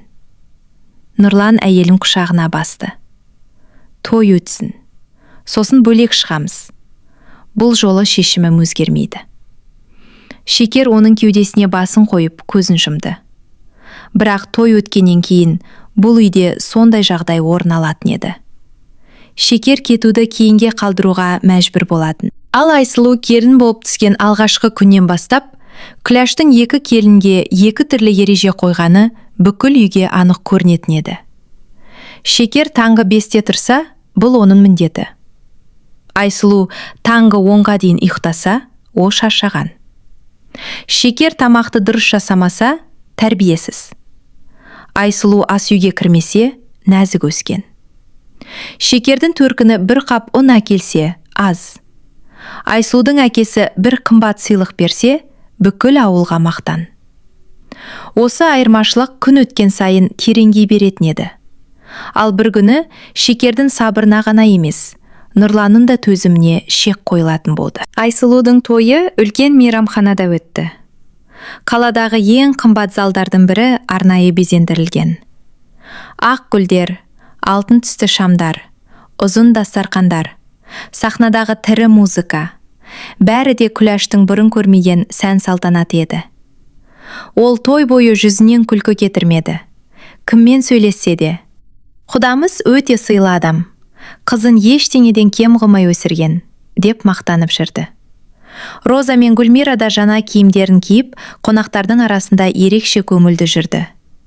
Ал Шекер таңнан бері аяқтан тік тұрған еді. Ол Айсұлудың жасауын реттеуге көмектесті. Үйге келген қонақтарды қарсы алды. Күләштің ұмыт қалған заттарын бірнеше рет әкеліп берді. Той кезінде де үстел басында ұзақ отыра алмады. Біресе енесі: «Шекер, ана кісілерге орын тауып берші» дейді. Біресе: «Балалардың үстеліне қараш». Біресе: «Розаның сөмкесі көлікте қалыпты, әкеліп бер». Шекердің де үстінде әдемі көйлек болған. Шашын сәндеп, аздап боянып шыққан еді. Бірақ кештің ортасына жетпей, шашы тарқап, жүзі шашаңқы тартып кетті. Нұрлан бірнеше рет әйелінің қасына отырғызды. «Еш қайда бармайсың, демал» деді. Бірақ Шекер отырған сайын Күләш оны іздеп табатын. «Сен бос отырсың ба? Ана жақта жұмыс көп қой». Нұрлан анасына қабағын түйіп: «Анашым, басқа адамдар да бар ғой» деді. «Ол осы үйдің келіні. Бүгін той, ол да қонақ сияқты отырсын». Күләш сөзін жұмсартқан болып: «Шекер пысық қой, бәрін өзі реттеп үйренген» деді. Бұл мақтау сияқты естілгенімен шын мәнінде тағы бір міндет еді. Шекер күйеуіне: «Қоя берш, бүгін ғана ғой» деп сыбырлады. Нұрлан оның осы сөзді неше рет айтқанын санамай кеткен. Бүгін ғана, осы жолы ғана, той өткенше ғана. Бірақ әр жолы уақытша деген ауыртпалық тұрақты әдетке айналып отырды. Түн ортасы ауғанда той аяқталды. Айсұлу мен Ерлан үйге бірге келді. Күләш келінін табалдырықтан ерекше ықыласпен аттатты. «Оң аяғымен атта қызым, қадамың құтты болсын». Шашу шашылды. Әйелдер тілек айтып келіннің бетін ашты. Айсұлу шашаған болса да сыпайы күлімдеп тұрды. Күләш оған жақындап: «Қызым, бүгін әбден шашадым, бөлмене барып демал» деді. Сол кезде Шекер есіне өзінің келін болып түскен тінін алды. Оған ешкім демал демеген. Қонақтар тарқамай жатып, ас үйдегі тау болып иілген ыдыстарды көрсеткен. Ал Айсұлуға екі қайын апасы бірге қызмет жасап жүрді. Роза оның қолындағы гүлін алды. Гүлмира көйлегінің етегін көтеріп, бөлмесіне дейін шығарып салды. Шекер есік алдында үнсіз қарап қалды. Нұрлан оның жүзіндегі мұңды байқап, жанына келді. «Жақсысың ба?» «Иә». «Шекер». Ол күйеуіне қарады. «Ештеңе емес, тек шашадым». Нұрлан оның қолын қысты. «Бөлермеге кір, қалғанын мен жинаймын». Бірақ дәл сол сәтте Күләш дауыстады: «Шекер, қонақ бөлмені жинап шық. Ертең таңертең құдалар тағы келеді». Нұрлан бірден бұрылды. «Анашым, ол бүгінде күні бойы жүрді». «Басқа кім істейді?» «Роза мен Гүлмира бар». Екі әпкесі бірден наразылық білдірді. «Біз де шашадық. Күні бойы қонақ күттік». Нұрлан ашы жымиып: «Шекерде қонақ күткен жоқ па?» Күләш ашуын жасырмай: «Сен той күні ұрыс шығарма» деді. «Мен ұрыс шығарып тұрған жоқпын. Әділдік сұрап тұрмын». Шекер араға түсті. «Мен жинап қоямын, ұзақ емес». Нұрлан оның сөзіне ренжігенде қарады. «Сен осылай айта бересің. Қазір бәрі шаршап тұр, ертең сөйлесерміз». Күләш жеңген адамдай бұрылып кетті. Шекер бөлмені жинауға кірісті. Үстел үстінде қалған тәрелкелерді жинады. Еденге төгілген тәттілерді сыпырды. Балалардың шашқан қағаздарын терді. Ал үстіңгі қабаттағы бөлмеде Айсұлудың жүгін Роза мен Гүлмира бірге ашып, киімдерін шкафқа іліп жатыр еді. «Мұна көйлегің қандай әдемі? Сөмкең түпнұсқа ма? Әкең тойға не сыйлады?» Олардың күлген дауыстары төменге анық естіліп тұрды. Шекер үнсіз қоқыс салынған пакетті байлады. Нұрлан жанына келіп, оның қолындағы сыпырғышты алды. «Жетер.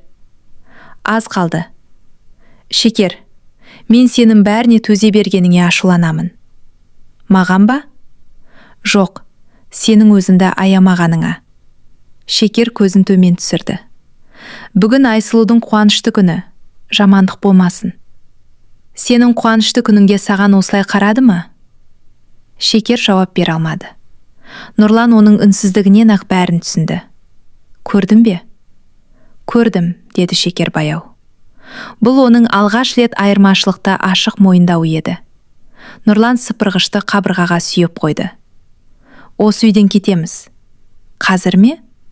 «Тойдың ертеңіне емес, бірақ жақшын арада». Апа не дейді? Не десе де біздің өмірімізді біз шешеміз. Шекер шаршаған жүзімен жымиды. Сен мені үнемі қорғайсың. Өйткені сен менің әйелімсің. Бірақ анаң сенің анаң ғой. Сол үшін оған құрмет көрсетемін.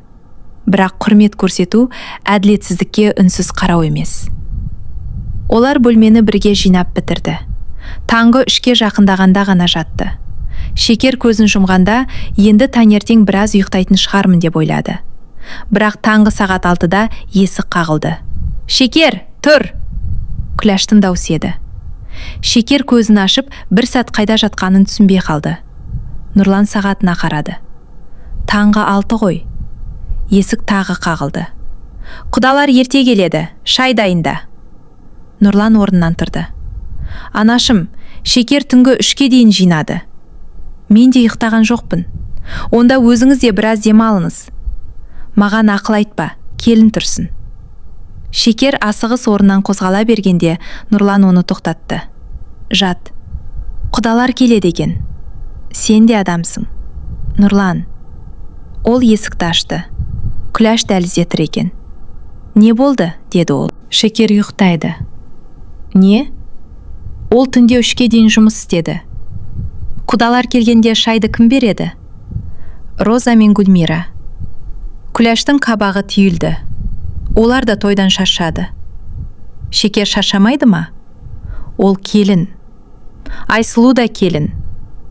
Осы сөзден кейін Күләш бір сәтке тосылып қалды. Сосын даусын бәсеңдетіп, Айсұлу кеше ғана түсті. Бірінші күні жұмыс істету ят болады деді. Нұрлан анасынан көз алмай, Шекер де бір күні алғаш түскен еді. Күләш үндемеді. Сол күні сіз оны түнгі 4-ке дейін ыдыс жудырдыңыз. Таңғы 6-да қайта тұрғыздыңыз. Ол заман басқа еді. 4 жыл бұрын. Әр келіннің жағдайы әртүрлі. Неге? Күләш жауап іздегендей кідірді. Айсұлу нәзік өскен қыз. Ал Шекер темірден жасалған ба? Күләш ашуланып. Сен менімен сөз таластыру үшін шықтың ба? Жоқ, сізден бірдей қарауды сұрап тұрмын. Екеуін теңестіруге болмайды. Бұл сөздің қалай аузынан шығып кеткенін Күләш өзі де аңғармай қалды. Нұрланым жүзі қатайып кетті. Неге теңестіруге болмайды? Күләш үнсіз қалды. Айтыңызшы. Айсұлудың шыққан жері басқа. Сонда бәрі соған тіреліп тұр ма? Мен ондай демедім. Дәл солай дедіңіз. Дәлізге Роза мен Гүлмира шықты. Олар әңгімені естіп тұрған. Роза анасына араша түскісі келді. Нұрлан, апамен таңнан дауласпай-ақ қойшы. Онда сен шай дайында. Роза жақтырмай. Неге мен? Өйткені сен де осы үйде тұрасың. Гүлмира, Шекерге айтылған ғой, өзі істей салсын деді. Нұрлан әпкесіне бұрылды. Сендерге неге бәрі өзі істей салатын нәрсе болып көрінеді? Күләш қолын бір сілтеді. Болды. Шекер тұрмаса өзім істеймін. Ол ашулы түрде ас үйге қарай кетті. Шекер бөлмеде бәрін естіп отыр еді. Ол төсектен тұрып жаулығын алды. Қайда барасың деді Нұрлан. Апа жалғыз істеп жатыр. Өзі істеймін деді. Қонақ келеді ғой. Нұрлан терең күрсінді. Сен тағы да бәрін бұрынғы қалпына қайтарасың. Шекер оның қолынан ұстады. Мен сенің анаңның қонақ алдында қиналғанын қаламаймын. Ал ол сенің қиналғаныңды ойлай ма? Бұл сұрақ Шекердің жүрегіне қадалды. Ол жауап бере алмады. Бірақ бәрібір ас үйге шықты. Күләш үстелге кеселер қойып жүр екен. Шекерді көргенде жүзін суытып, Нұрлан жіберді ме деп сұрады. Өзім келдім. Бар, ұйықтай бер. Бізге сенің көмегің керек емес. Шекер үнсіз шәйнекті алды. Апа, ренжімеңізші. Мен ренжіген жоқпын. Даусынан ренжігені анық байқалып тұрды. Қонақтарға не дайындаймыз? Күләш біраз үнсіз тұрды. Сосын бұрынғы әдетімен бұйрық бере бастады. Қамыр илейсің, етті сал, бауырсақта пісір. Шекер басын изеді. Дәл сол уақытта үстіңгі қабаттан Айсұлу түсті. Шашын жинамаған, үстіне жеңіл халат киіп алған. Ол ас үйге кіріп, «Қайырлы таң» деді. Күләштің жүзі бірден жылып сала берді. Ояндың ба қызым? Не үшін тұрдың? Тағы ұйықтай бермедің бе? Ұйқым ашылып кетті. Тойдан шаршадың ғой. Жақсымын. Айсұлу Шекердің қамыр илеп отырғанын көрді. Көмектесейін бе? Жоқ қызым, деді Күләш дереу. Сенің орның асы емес. Барып демал. Айсұлу ыңғайсыздана жымиды. Бірақ мен де келінмін ғой. Күләш оның иығынан сипады. Келін болсаң да кеше ғана түстің. Бәрін біртіндеп үйренесің. Шекердің қолы қамырдың ішінде тоқтап қалды. Оған мұндай мүмкіндік ешқашан берілмеген. Біртіндеп үйренесің деген бір ауыз сөзді естіген емес. Айсұлу, шай құяйын деді. Күләш қайтадан қарсы болды. Жоқ, өзім отыр. Шекер бар ғой. Шекер енесінің бұл сөзін естігенде басын төмен түсірді. Ол бәл осы сәтте өзінің бұл үйдегі орнын анық түсінді. Айсұлу келін. Ал Шекер бар болғаны үйдегі жұмысты істейтін адам. Нұрлан да асүйге кіріп келіп, соңғы сөзді естіп қалды. Ол анасына тіке қарады. Анашым, осы сөзіңізді тағы бір рет айтыңызшы. Күләш бұрылды. Нені? Шекер бар ғой дегенді. Не болыпты? Айсұлуға демалуға болады, өйткені Шекер бар. Роза мен Гүлмираға өз жұмыстарын істемеуге болады, өйткені Шекер бар. Үйдегі бар ауыртпалықты бір адамның мойнына артуға болады, өйткені Шекер бар. Сіздер оны адам емес, қолдарыңызға дайын тұрған қызмет сияқты көресіздер. Айсұлу жағдайдың ушығып кеткенін сезіп, Нұрлан аға, мен шынымен көмектесемін деді. Нұрлан оған жұмсақ қарады. Мәселе сенде емес, Айсұлу. Күләш баласына ашулы түрде. Жаңа келінің алдында бізді масқара етпе деді. Мен масқара етіп тұрған жоқпын. Сіздердің жасап жүргендеріңізді айтып тұрмын. Шекер қолын жуып, күйеуінің жанына келді. Қойшы, өтінемін. Нұрлан оған қарады. Сен неге өзіңді үнемі соңғы орынға қоясың? Шекердің көзі жасаурап кетті. Өйткені мен жанжалдан шаршадым. Үй іші тына қалды. Бұл Шекердің алғаш рет бәрінің алдында шаршағанын ашық айтуы еді. Күләш те бір сәт үнсіз қалды. Бірақ оның жүрегі жұмсармады. Ешкім сен ұстап отырған жоқ, деді ол суық дауыспен. Шаршасаң бөлмеңе кір. Шекердің жүзі бозарып кетті. Нұрлан дереу әйелінің қолынан ұстады. Жүр. Ол Шекерді бөлмесіне алып кетті. Есі жабылғанда Шекер өзін ұстай алмай жылап жіберді. Неге ол мені сонша жақтырмайды? Деді өксіп. Мен оған не істедім? Нұрлан әйелінің құшағын алды. Сен ештеңе істеген жоқсың. 4 жыл бойы бір рет қарсы сөйлемедім. Ауырып тұрсам да жұмыс істедім. Қонағы кесе күттім. Қыздарының артынан жинадым. Бірақ бәрібір мен оған жаманмын. Сен жаман емессің. Айсұлу жаман қыз емес. Мен оған өкпелемеймін. Бірақ неге маған болмаған мейірім оған бір күнде берілді? Нұрлан жауапты білетін, бірақ оны айтуға ауырсынды. Шекер өзі жалғастырды. Өйткені оның әкесі бай. Нұрлан үндемеді. Бұл үнсіздік келісім еді. Сонда адамның бағасы әкесінің ақшасымен өлшене ме? Деді Шекер. Жоқ.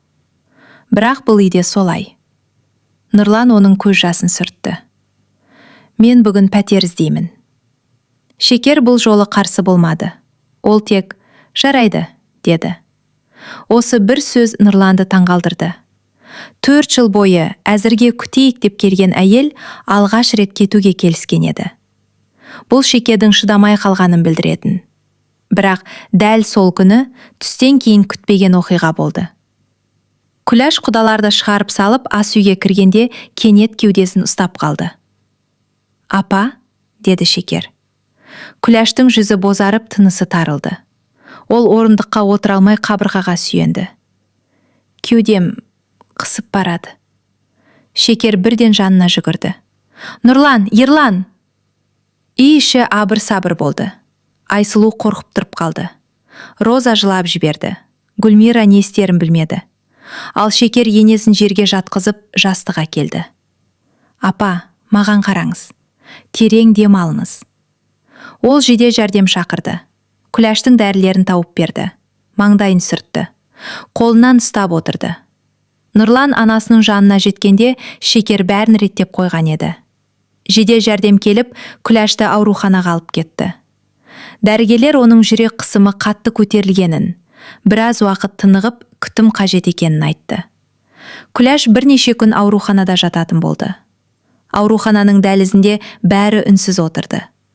Роза жылап отырды. Гүлмира телефонына қайта-қайта қарады. Ерлан құжаттармен жүрді. Айсұлу не істерін білмей, күйеуінің жанынан шықпады. Ал Шекер дәрігер айтқан дәрілердің тізімін жазып, қай уақытта не беру керектігін нақтылап алды. Нұрлан оның жанына келді. Бүгін пәтер туралы сөйлесеміз деп едім, деді баяу. Шекер аурухана палатасының жабық есігіне қарады. Қазір кете алмаймыз. Нұрлан бұл жауапты күткендей күрсінді. Тағы да өзіңді ұмытып тұрсың. Ол ауырып қалды. Бірақ сенің көңілің де ауырып жүр. Оның жүрегі ғой, Нұрлан. Шекер күйеуіне қарады. Апа, жазылып шықсын, күтімін жасайық. Содан кейін сөйлесерміз. Нұрлан әйепенің шешімін өзгерте алмайтынын түсінді. Ол оның қолын ұстап, сенің жүрегің тым жұмсақ, деді. Шекер мұңды жымиып, кейде содан өзім де шаршаймын, деді. Осылайша олардың бөлек шығуы тағы да кейінге қалды. Ал Күләш ауруханадан шыққаннан кейін үйдің бар күтімі қайтадан Шекердің мойнына түсті. Бірақ бұл жолы жағдай бұрынғыдан да күрделі еді. Шекер енесіне дәрісін беріп, тамағын әзірлеп, қан қысымын өлшеп жүрді. Ал Айсұлу болса, бұл үйдегі ерекше мәртебесін күн өткен сайын анық сезіне бастады. Басында көмектескісі келген жас келін бірте-бірте бәрінің өзін күтуіне үйренді. Күләш те оны еш жұмысқа жолатпады. Сен демал, Шекер бар ғой, деген сөз осы үйде күн сайын қайталана берді. Ал Шекер енесіне арналған тұзсыз сорпа дайындады. Қан қысымын өлшейтін құрылғыны төсегінің жанына қойды. Күләш мұның бәрін үнсіз бақылап отырды. Бір сәтке оның жүзі жұмсарғандай болды. Шекер, дәріні түскі астан кейін ішемін бе? Деп сұрады ол. Иә, апа. Бірақ алдымен мына сорпаны аздап ішіп алмыз. Дәмсіз екен. Шекер сәл жымиып, дәрігер тұзды азайтыңыз деді ғой. Азайт дегені мүлде қоспа деген емес. Аз ғана қостым. Күләш қасықты тәрелкеге қойды. Сен тамақты бұрыннан дәмсіз істейтін едің. Бөлмеде отырған Роза мен Гүлмира бір-біріне қарап қойды. Шекердің жүзіне мұң ұялады. Бірақ ол ештеңе демеді. Қазір аздап дәмдеуіш қосып әкелемін, деді. Нұрлан есіктің алдында бәрін естіп тұрған еді. Ол бөлмеде кіріп, дәрігер не деді, солай болады. Шекер дұрыс жасап отыр, деді. Күләш баласына бірден жақтырмай қарады. Мен ауырып жатсам да әйеліңді қорғайсың ба? Мәселе қорғауда емес. Сізге тұз болмайды. Бір қасық тұздан өліп қалмаймын. Бірақ қысымыңыз қайта көтерілуі мүмкін. Шекер екеуінің арасында сөз көбеймесін деп сорпаны алып шығып кетті. Күләш ауруханадан шыққаннан кейін үйдегі жұмыс азайған жоқ. Керісінше көбейді. Енді Шекер бұрынғы тірліктің үстіне енесінің күтімін де атқаратын болды. Таңертең оның дәрісін береді. Қан қысымын өлшейді. Жеке тамағын әзірлейді. Киімін ауыстыруға көмектеседі. Бөлмесін желдетеді. Түнде 2-3 рет оянып, жағдайын тексереді. Кешкі астан кейін Роза анасымен оңаша сөйлесті. Айсұлу Шекерге тым жақындап бара жатыр. Көріп жүрмін. Ертең соның сөзін сөйлейтін болады. Гүлмира да қосылды. Шекер оны өз жағына тартып жатыр. Күләш қабағын тиді. Оған жол бермейміз. Не істейміз? Күләш біраз ойланып отырды. Айсұлуға Шекердің шын мінезін көрсету керек. Қандай мінезін? Бар адамда кемшілік болады. Тек соны табу керек. Осы сәттен бастап үйде жаңа бір тыныш соғыс басталды. Күләш пен екі қызы Айсұлуды Шекерден алыстатуға тырысты. Олар Шекер туралы ұсақ әңгімелер айта бастады. Жеңгең сырттай момын көрінеді, деді Роза бір күні. Неге сырттай? Деп сұрады Айсұлу. Кейін түсінесің. Не болған? Роза жұмбақтап жымиды. Нұрланды бізден алыстатқан да сол. Қалай? Бұрын бауырымыз үйге көп қарайтын. Қазір тек әйелінің сөзін сөйлейді. Айсұлу бірден. Мүмкін Шекер жеңге әділетсіздік көрген соң шығар, деді. Розаның жүзі өзгерді. Сен де соның жағына шықтың ба? Мен ешкімнің жағына шыққан жоқпын. Жаңа түскен келін болып, отбасының ішкі мәселесіне араласпа. Айсұлу үндемей қалды. Бірақ көргенін ұмытпады. Күләш те басқа жолмен әрекет етті. Ол Айсұлуға үнемі, сен өзіңді Шекермен салыстырма, дейтін. Неге? Сенің тәрбиең, ортаң, шыққан жерің басқа. Оның несі бар? Әкең сені ештеңеден кем қылмай өсірген. Біз де сені ауыр жұмысқа салмаймыз. Ал Шекер жеңгенің әкесі оны кем қылып өсірді ме? Күләш жауап таппай қалатын. Сен көп сұрақ қояды екенсің, деп әңгімені жауып тастайтын. Алайда Айсұлу бірте-бірте бұл үйдегі әрбір айырмашылықты байқай берді. Шекер таңғы 5-те тұрады. Ол 7-де тұрса да енесі, ұйқың қанды ма қызым, деп сұрайды. Шекер кешкі асты дайындайды. Айсұлу бір салат жасаса, бәрі оны мақтайды. Шекердің төркінінен анасы үйдің қаймағы мен құртын әкелгенде Күләш, мұны қайда қоямыз, деп жақтырмайды. Айсұлудың әкесі қымбат жеміс жіберсе, құдамыздың қолы ашық қой, деп бүкіл ауылға айтады. Бір күні Шекердің анасы қызын көруге келді. Қолында өзі пісірген 2 таба нан, бір дорба құрт және бақшасынан терген алма бар еді. Ол ескілеу көліктен түсіп, заттарым қақпаға дейін өзі көтеріп келді. Шекер анасын көріп қуанып кетті. Апа! Ол жүгіріп барып құшақтады. Анасы қызының жүзіне қарап, жүдеп кетіпсің ғой, деді алаңдап. Жоқ, бәрі жақсы. Күләш аулаға шықты. Келдіңіз бе? Иә, құдағи. Күләштің жағдайын естіп, көріп кетейін дедім. Жақсымыз. Шекердің анасы әкелгендерін ұсынды.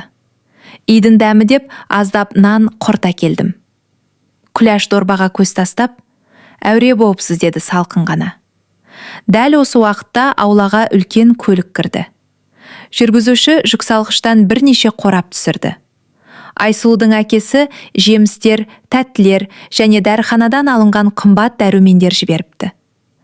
Күләштің жүзі бірден жайнап сала берді. Ой, құдамыз әуре болыпты ғой. Ол Роза мен Гүлмираны шақырды. Уналарды абайлап алыңдар. Айсұлудың әкесі жіберіпті. Шекердің анасы қолындағы ескі сөмкесін қысып ұстап қалды. Ол айырмашылықты бірден сезді. Шекер де анасының жүзіндегі ыңғайсыздықты көріп, жүрегі ауырды. Апа, ішке кірейік, деді ол. Күләш Айсұлудың әкесінен келген заттарды мақтап жүріп, Шекердің анасының бар екенін бір сәтке ұмытып кеткендей болды. Дастархан басында да әңгіме сол сыйлықтар туралы өрбіді. Құдамыз қандай мәрт адам. Дәрумендердің өзі шетелдікі екен. Жемістерін қараш. Шекердің анасы үнсіз шай ішіп отырды. Өз қолымен пісірген наны үстелдің шетінде сол күйі жатты. Біраздан кейін ол тұруға ыңғайланды. Мен қайтайын, қызым. Ерте ғой. Үйде шаруа бар. Шекер анасының қолынан ұстады. Тағы біраз отырмызшы. Анасы қызының көзіне қарады. Келесте келермін. Олар аулаға шықты. Қақпаға жеткенде анасы ақырын ғана. Бәрі жақсы ма, қызым, деп сұрады. Шекер бірден, иә, деді. Анасы оның жүзіне ұзақ қарады. Маған өтірік айтпа. Шекердің көзіне жас толды. Бірақ ол жыламауға тырысты.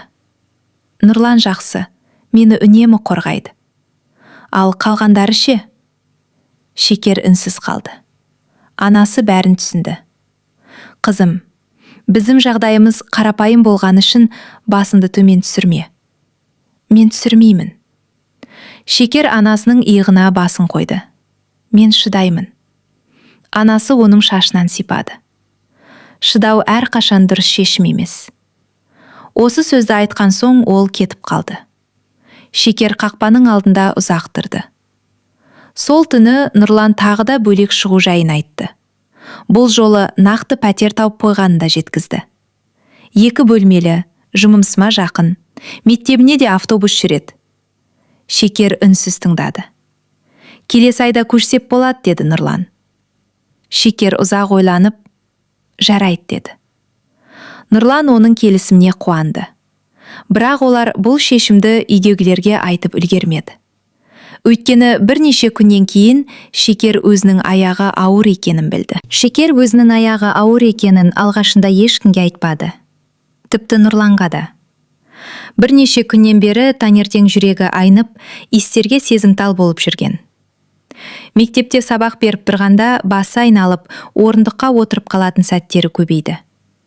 Бірақ ол мұның бәрін шашаудан деп ойлады. Бір күні жұмыстан кейін дәріханаға кіріп, жүктілікті анықтайтын тест сатып алды. Үйге келгенде бәрі қонақ бөлмеде отыр екен. Шекер ешкімге білдірмей бөлмесіне кірді. Қолындағы кішкентай қорапты сөмкесінің түбіне жасырды. Ол тестті тек келесі күні таңертең жасаймын деп ойлаған. Бірақ түні бойы ұйықтай алмады. Жүрегінде үміт пен қорқыныш араласып жатты. Олар Нұрланмен бірнеше жылдан бері бала күтіп жүрген. Алғашқы жылдары екеуі асықпаған еді. Бірақ уақыт өте, Шекер әр ай сайын үміттеніп, кейін көңілі түсетін болды. Күләш те кейде сөз арасында: "Үйге келін түсіргенімізге қанша болды? Әлі баланың даусын ести алмай отырмыз", деп тиісетін. Шекер мұндай сөздерді үнсіз қабылдайтын. Таңғы сағат 5-ке жетпей орнынан тұрды. Үйдің бәрі әлі ұйқыда еді. Жуынатын бөлмеге кіріп тестті жасады. Бірнеше минут оған мәңгілікке созылғандай көрінді. Алдымен бір сызық шықты. Содан кейін екінші әлсіз сызық көрінді. Шекер көзін жұмып қайта қарады. Екінші сызық орында тұр. Оның қолдары дірілдеп кетті. Шекер тестті кеудесіне қысып, үнсіз жылап жіберді. Ол бөлмесіне кіргенде Нұрлан оянып қалды. "Қайда бардың?" деп сұрады ұйқылы дауыспен. Шекер жауап бермей төсектің шетіне отырды. Нұрлан оның көзірінің жасаурап тұрғанын көріп, бірден орнынан тұрды. "Не болды?"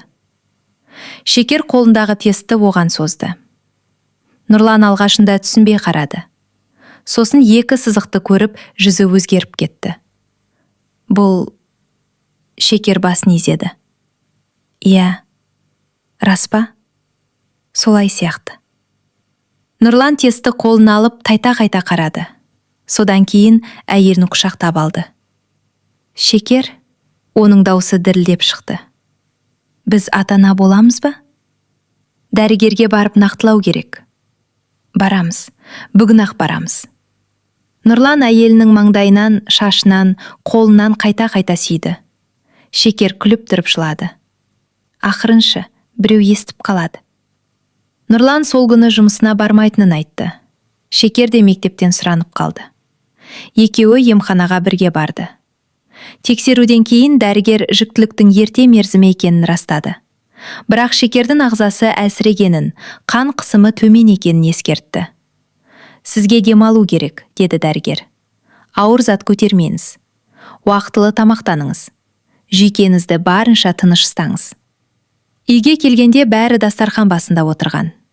Күләш Шекер мен Нұрланды бірге көріп, "Қайда жүрсіңдер?" деп сұрады. Нұрлан әйеліне қарап жымиды. "Бізде жақсы жаңалық бар." Роза мен Гүлмира бірден қызығушылық танытты. Айсұлу да күлімдеп қарады. "Күләш, қандай жаңалық?" деді. Нұрлан Шекердің қолынан ұстап, "Шекер аяғы ауыр", деді. Үй іші бір сәтке тына қалды. Содан кейін Айсұлу қуанып орнынан тұрды. "Рас па? Құттықтаймын." Ол Шекерді құшақтап алды. Үйге келгенде бәрі дастархан басында отырған. Күләш Шекер мен Нұрланды бірге көріп, "Қайда жүрсіңдер?" деп сұрады. Нұрлан әйеліне қарап жымиды. "Бізде жақсы жаңалық бар." Роза мен Гүлмира бірден қызығушылық танытты. Айсұлу да күлімдеп қарады. "Күләш, қандай жаңалық?" деді. Нұрлан Шекердің қолынан ұстап, "Шекер, аяғы ауыр", деді. Үй іші бір сәтке тына қалды. Содан кейін Айсұлу қуанып орнынан тұрды. Рас па? Құттықтаймын. Ол Шекерді құшақтап алды. Күләш алғашқыда үнсіз отырды. Шекер оның жүзінен реакция іздеді. Бірнеше секундтан кейін енесінің көзіне жас толды. Немере сүйемін бе? Деді ол. Нұрлан жымиды. Иә, анашым. Күләш орнынан баяу тұрып Шекерге жақындады. Шекер енесінің бұлай жылы жүзбен келгенін сирек көретін. Күләш оны маңдайынан сүйіп, құтты болсын қызым, деді. Қызым. Осы бір сөз Шекердің жүрегіне жылу құйды. Ол дәл осы сөзді 4 жыл бойы күткен еді. Көзінен жас шығып кетті. Рахмет, апа. Күләш оның қолынан ұстап, енді өзіңді күт, ауыр жұмыс істеме, деді. Шекер сенер-сенбесін білмеді. Алғашқы 3 күнде Күләш Шекерге ештеңе істетпеді. Бірақ 4-ші күні үйдегі бұрынғы тәртіп қайта сезіле бастады. Таңертең Роза ас үйде жуылмаған ыдыстарды көріп, «Мыналар кешеден бері тұр ғой», деді. Гүлмира, «Менің жұмысқа баруым керек», деп бөлмесіне кіріп кетті. Күләш диванда отырып, «Айсұлудың да басы ауырып тұр екен», деді. Сол сәтте бәрінің көзі Шекерге түсті. Шекер олардың үнсіз не күтіп отырғанын түсінді. «Мен жуып қоямын», деді. Нұрлан жұмысқа кетіп қалған еді. Күләш сәл ғана кідіріп, «Ақырын істе, өзіңді қиынама», деді. Осылайша істеме деген сөз ақырын істеуге ауысты. Шекер ыдыстарды жуды. Келесі күні кірді жинады. 3-ші күні кешкі ас әзірледі. 1 аптадан кейін ол қайтадан үйдің бұрынғы бар тірлігін атқарып жүрді. Күләш ас үйге кіріп екеуін көрді. «Айсұлу, қолыңды жу да шық», деді. «Апа, неге? Саған айттым ғой. Бірақ Шекер жеңге ауырып тұр. Сен оның артынан ерме. Мен жай көмектесіп жатырмын». Күләштің даусы қатайды. «Бұл үйде кім не істейтінін мен шешемін». Айсұлу алғаш рет енесіне тіке қарады. «Онда сіз дұрыс шешіп отырған жоқсыз». Ас үй іші жым-жырт болып қалды. Шекер шошып Айсұлуға қарады. Күләштің жүзі қып-қызыл болып кетті. «Не дедің?» «Шекер жеңге аяғы ауыр. Оған ауыр жұмыс жасауға болмайды. Ал сіз бәрібір бәрін соған істетесіз. Сен бұл үйге кеше ғана келдің, маған ақыл айтпа». «Ақыл айтып тұрған жоқпын, көріп тұрғанымды айтып тұрмын». Күләш қолындағы орамалын үстелге лақтырып жіберді. «Шекер, сен оны маған қарсы қойдың ба?» Шекер бірден орнынан тұрды. «Жоқ, апа. Екеуің мені жаман етіп көрсеткілерің келеді». «Ешкім сізді жаман етіп көрсетіп тұрған жоқ», деді Айсұлу. «Бірақ адам ауырып тұрса, демалу керек қой». Күләш оған суық қарады. «Байдың қызы болғаным үшін бәрін білетін болып шықтың ба?» Айсұлуның жүзі өзгерді. Бұл Күләштің оған алғаш рет қатты сөйлеу еді. Сол кеште Нұрлан: «Анашым, біз сөйлесуіміз керек», деді Нұрлан. Күләш оның түрінен ақ әңгіменің не туралы екенін түсінді. «Тағы не болды? Неге Шекерге тамақ жасаттыңыз?» «Қонақ келді. Ол өзін нашар сезініп тұрды». Жүкті әйелдің бәрі өзін нашар сезінеді. Дәрігер оған демалу керек деді. Жеңіл жұмыс істеді. Үлкен қазан көтеріп, қамыр илеп, бірнеше сағат ас үйде тұру жеңіл жұмыс па? Күләш жауап бермеді. «Сен әйеліңді алып бөлек шыққың келіп жүр ғой. Шыға бер». Үй іші тына қалды. Нұрлан бұл жолы ойланбады. «Жарайды. Бір әйел үшін туған үйіңнен кет». Нұрлан анасынан көз алмай: «Бір әйел үшін емес, өз отбасым үшін кетемін». Апта соңында олар көшетін болды. Бірақ көшуге 2 күн қалғанда Шекер мектепте сабақ үстінде ішінің төменгі жағынан қатты ауырсыну сезді. Ол бір сәт тақтаға сүйеніп қалды. Сосын киімінен қызыл дақты көрді. Жүрегі тоқтап қалғандай болды. «Апай, жақсысыз ба?» деді алдыңғы пардадағы оқушы. Шекер жауап бере алмады. Әріптестері жедел жәрдем шақырды. Бірнеше сағаттан кейін дәрігер шықты. «Жүктілікті сақтап қалдық», деді ол. «Бірақ қауіп әлі бар. Оған толық тыныштық керек. Ешқандай ауыр жұмыс, жүйке, шаршау болмауы тиіс». Нұрланның иығынан ауыр жүк түскендей болды. Күләш пен қалғандары ауруханаға кешке келді. Шекер палатада әлсіз жатқан. Күләш есіктен кіріп, біраз үнсіз тұрды. Күләш біраз отырған соң, дәрігерлер де қазір бәрін үлкейтіп айтады. Бұрынғы әйелдер далада жұмыс істеп жүріп те бала туған, деді. Палата іші жым-жырт болып қалды. Нұрлан анасына сенбей қарады. Немересінің өміріне қауіп төнсе де, ол Шекердің жанын түсінуге тырыспады. Шекердің жүрегінде жылдар бойы ұстап келген соңғы үміт те сол күні сөнді. Ол Нұрланға қарап, үйге шыққан соң бірден пәтерге барамыз, деді. Нұрлан әйелінің көзіне қарады. Оның бұл сөзді ренішпен емес, нақты шешіммен айтқанын түсінді. «Иә», деді ол. Күләш шошып, «Не дедің?» Шекер бұл жолы енесінің көзінен қашпады. «Апа, біз бөлек шығамыз». «Сен де сөйлейтін болыпсың ба?» «Мен сізден рұқсат сұрап тұрған жоқпын». Бөлмедегілердің бәрі аң-таң болып қалды. Бұл 4 жыл бойы бәріне үндемей келген Шекердің алғаш рет өз атынан нық сөйлеген сәт еді. Оның даусы қатты шыққан жоқ, бірақ әрбір сөзі анық естілді. «Мен сізді сыйлаймын. Сізге жамандық тілемеймін. Ауырып қалсаңыз қараймын. Бірақ енді өзім мен баламның денсаулығын құрбан ете алмаймын». Күләштің ерні дірілдеді. «Мен саған не істеп едім?» Шекердің көзіне жас келді. «Сіз мені ешқашан адам құрлы көрмедіңіз, апа». Бұл сөз палатада ауыр үн болып қалды. Күләш алғаш рет жауап таба алмады. Шекер ауруханадан шыққан күні Нұрлан оны жаңа жалдап алған пәтеріне алып келді. Үй шағын болатын. Бірақ онда ең бастысы бар еді. Тыныштық. Ешкім бұйырмайды, ешкім сынамайды. Ешкім оның еңбегін міндет санамайды. Шекер алғаш рет терезенің жанында отырып асықпай шай ішті. Көзінен еріксіз жас шықты. «Не болды?» деп сұрады Нұрлан. «Бақыт деген осындай қарапайым нәрсе екен». Нұрлан әйелінің қолынан ұстап, «Бұдан былай сені ешкім жылатпайды», деді. Ал Күләштің үйінде бәрі өзгеріп кетті. Шекер кеткеннен кейін ғана оның атқарған еңбегі көріне бастады. Үйдің жұмысы жиналып қалатын. Тамақ уақытында дайын болмайтын. Дәрілері де кейде ұмыт қалатын. Роза мен Гүлмираның өз отбасы, өз шаруасы бар еді. Айсұлу қолдан келгенше көмектескенімен Ерлан анасына қарсы сөйлей алмайтын. Бір күні Күләштің қан қысымы тағы көтеріліп, үйде жалғыз қалды. Не қыздары, не Ерлан келе алмады. Ақыры ол Шекерге хабарласуға мәжбүр болды.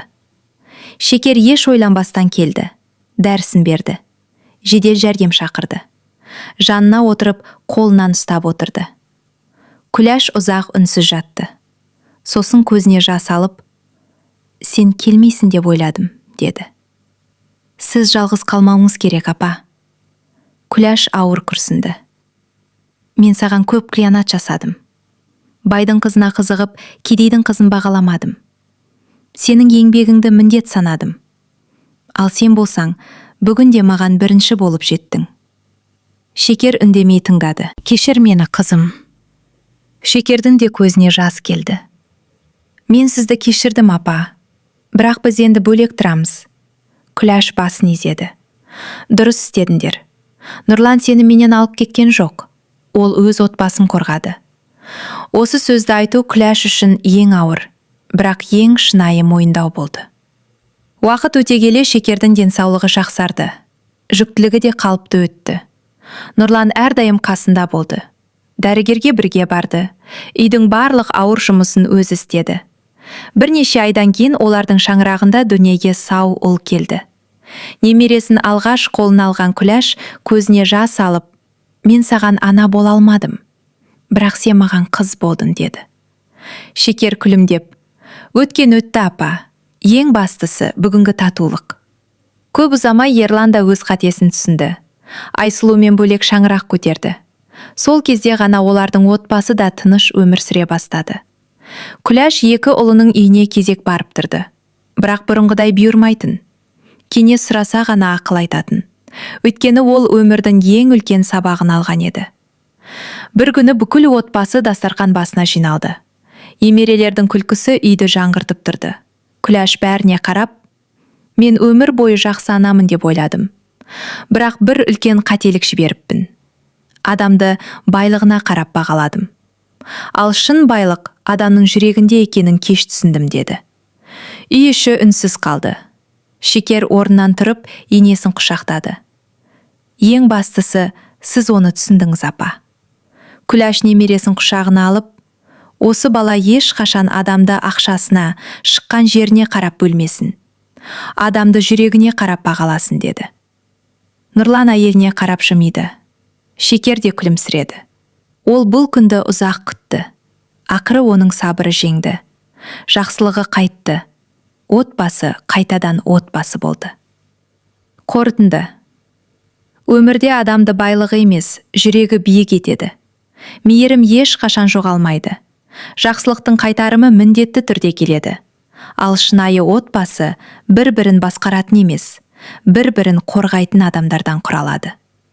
Каналға жазылып, лүпіл басып қойыңыз. Сіздің қолдауыңыз біз үшін маңызды. Төменге пікір қалдырып, өз ойыңызбен бөлісіңіз. Келесі әңгімеде кездескенше аман болыңыз.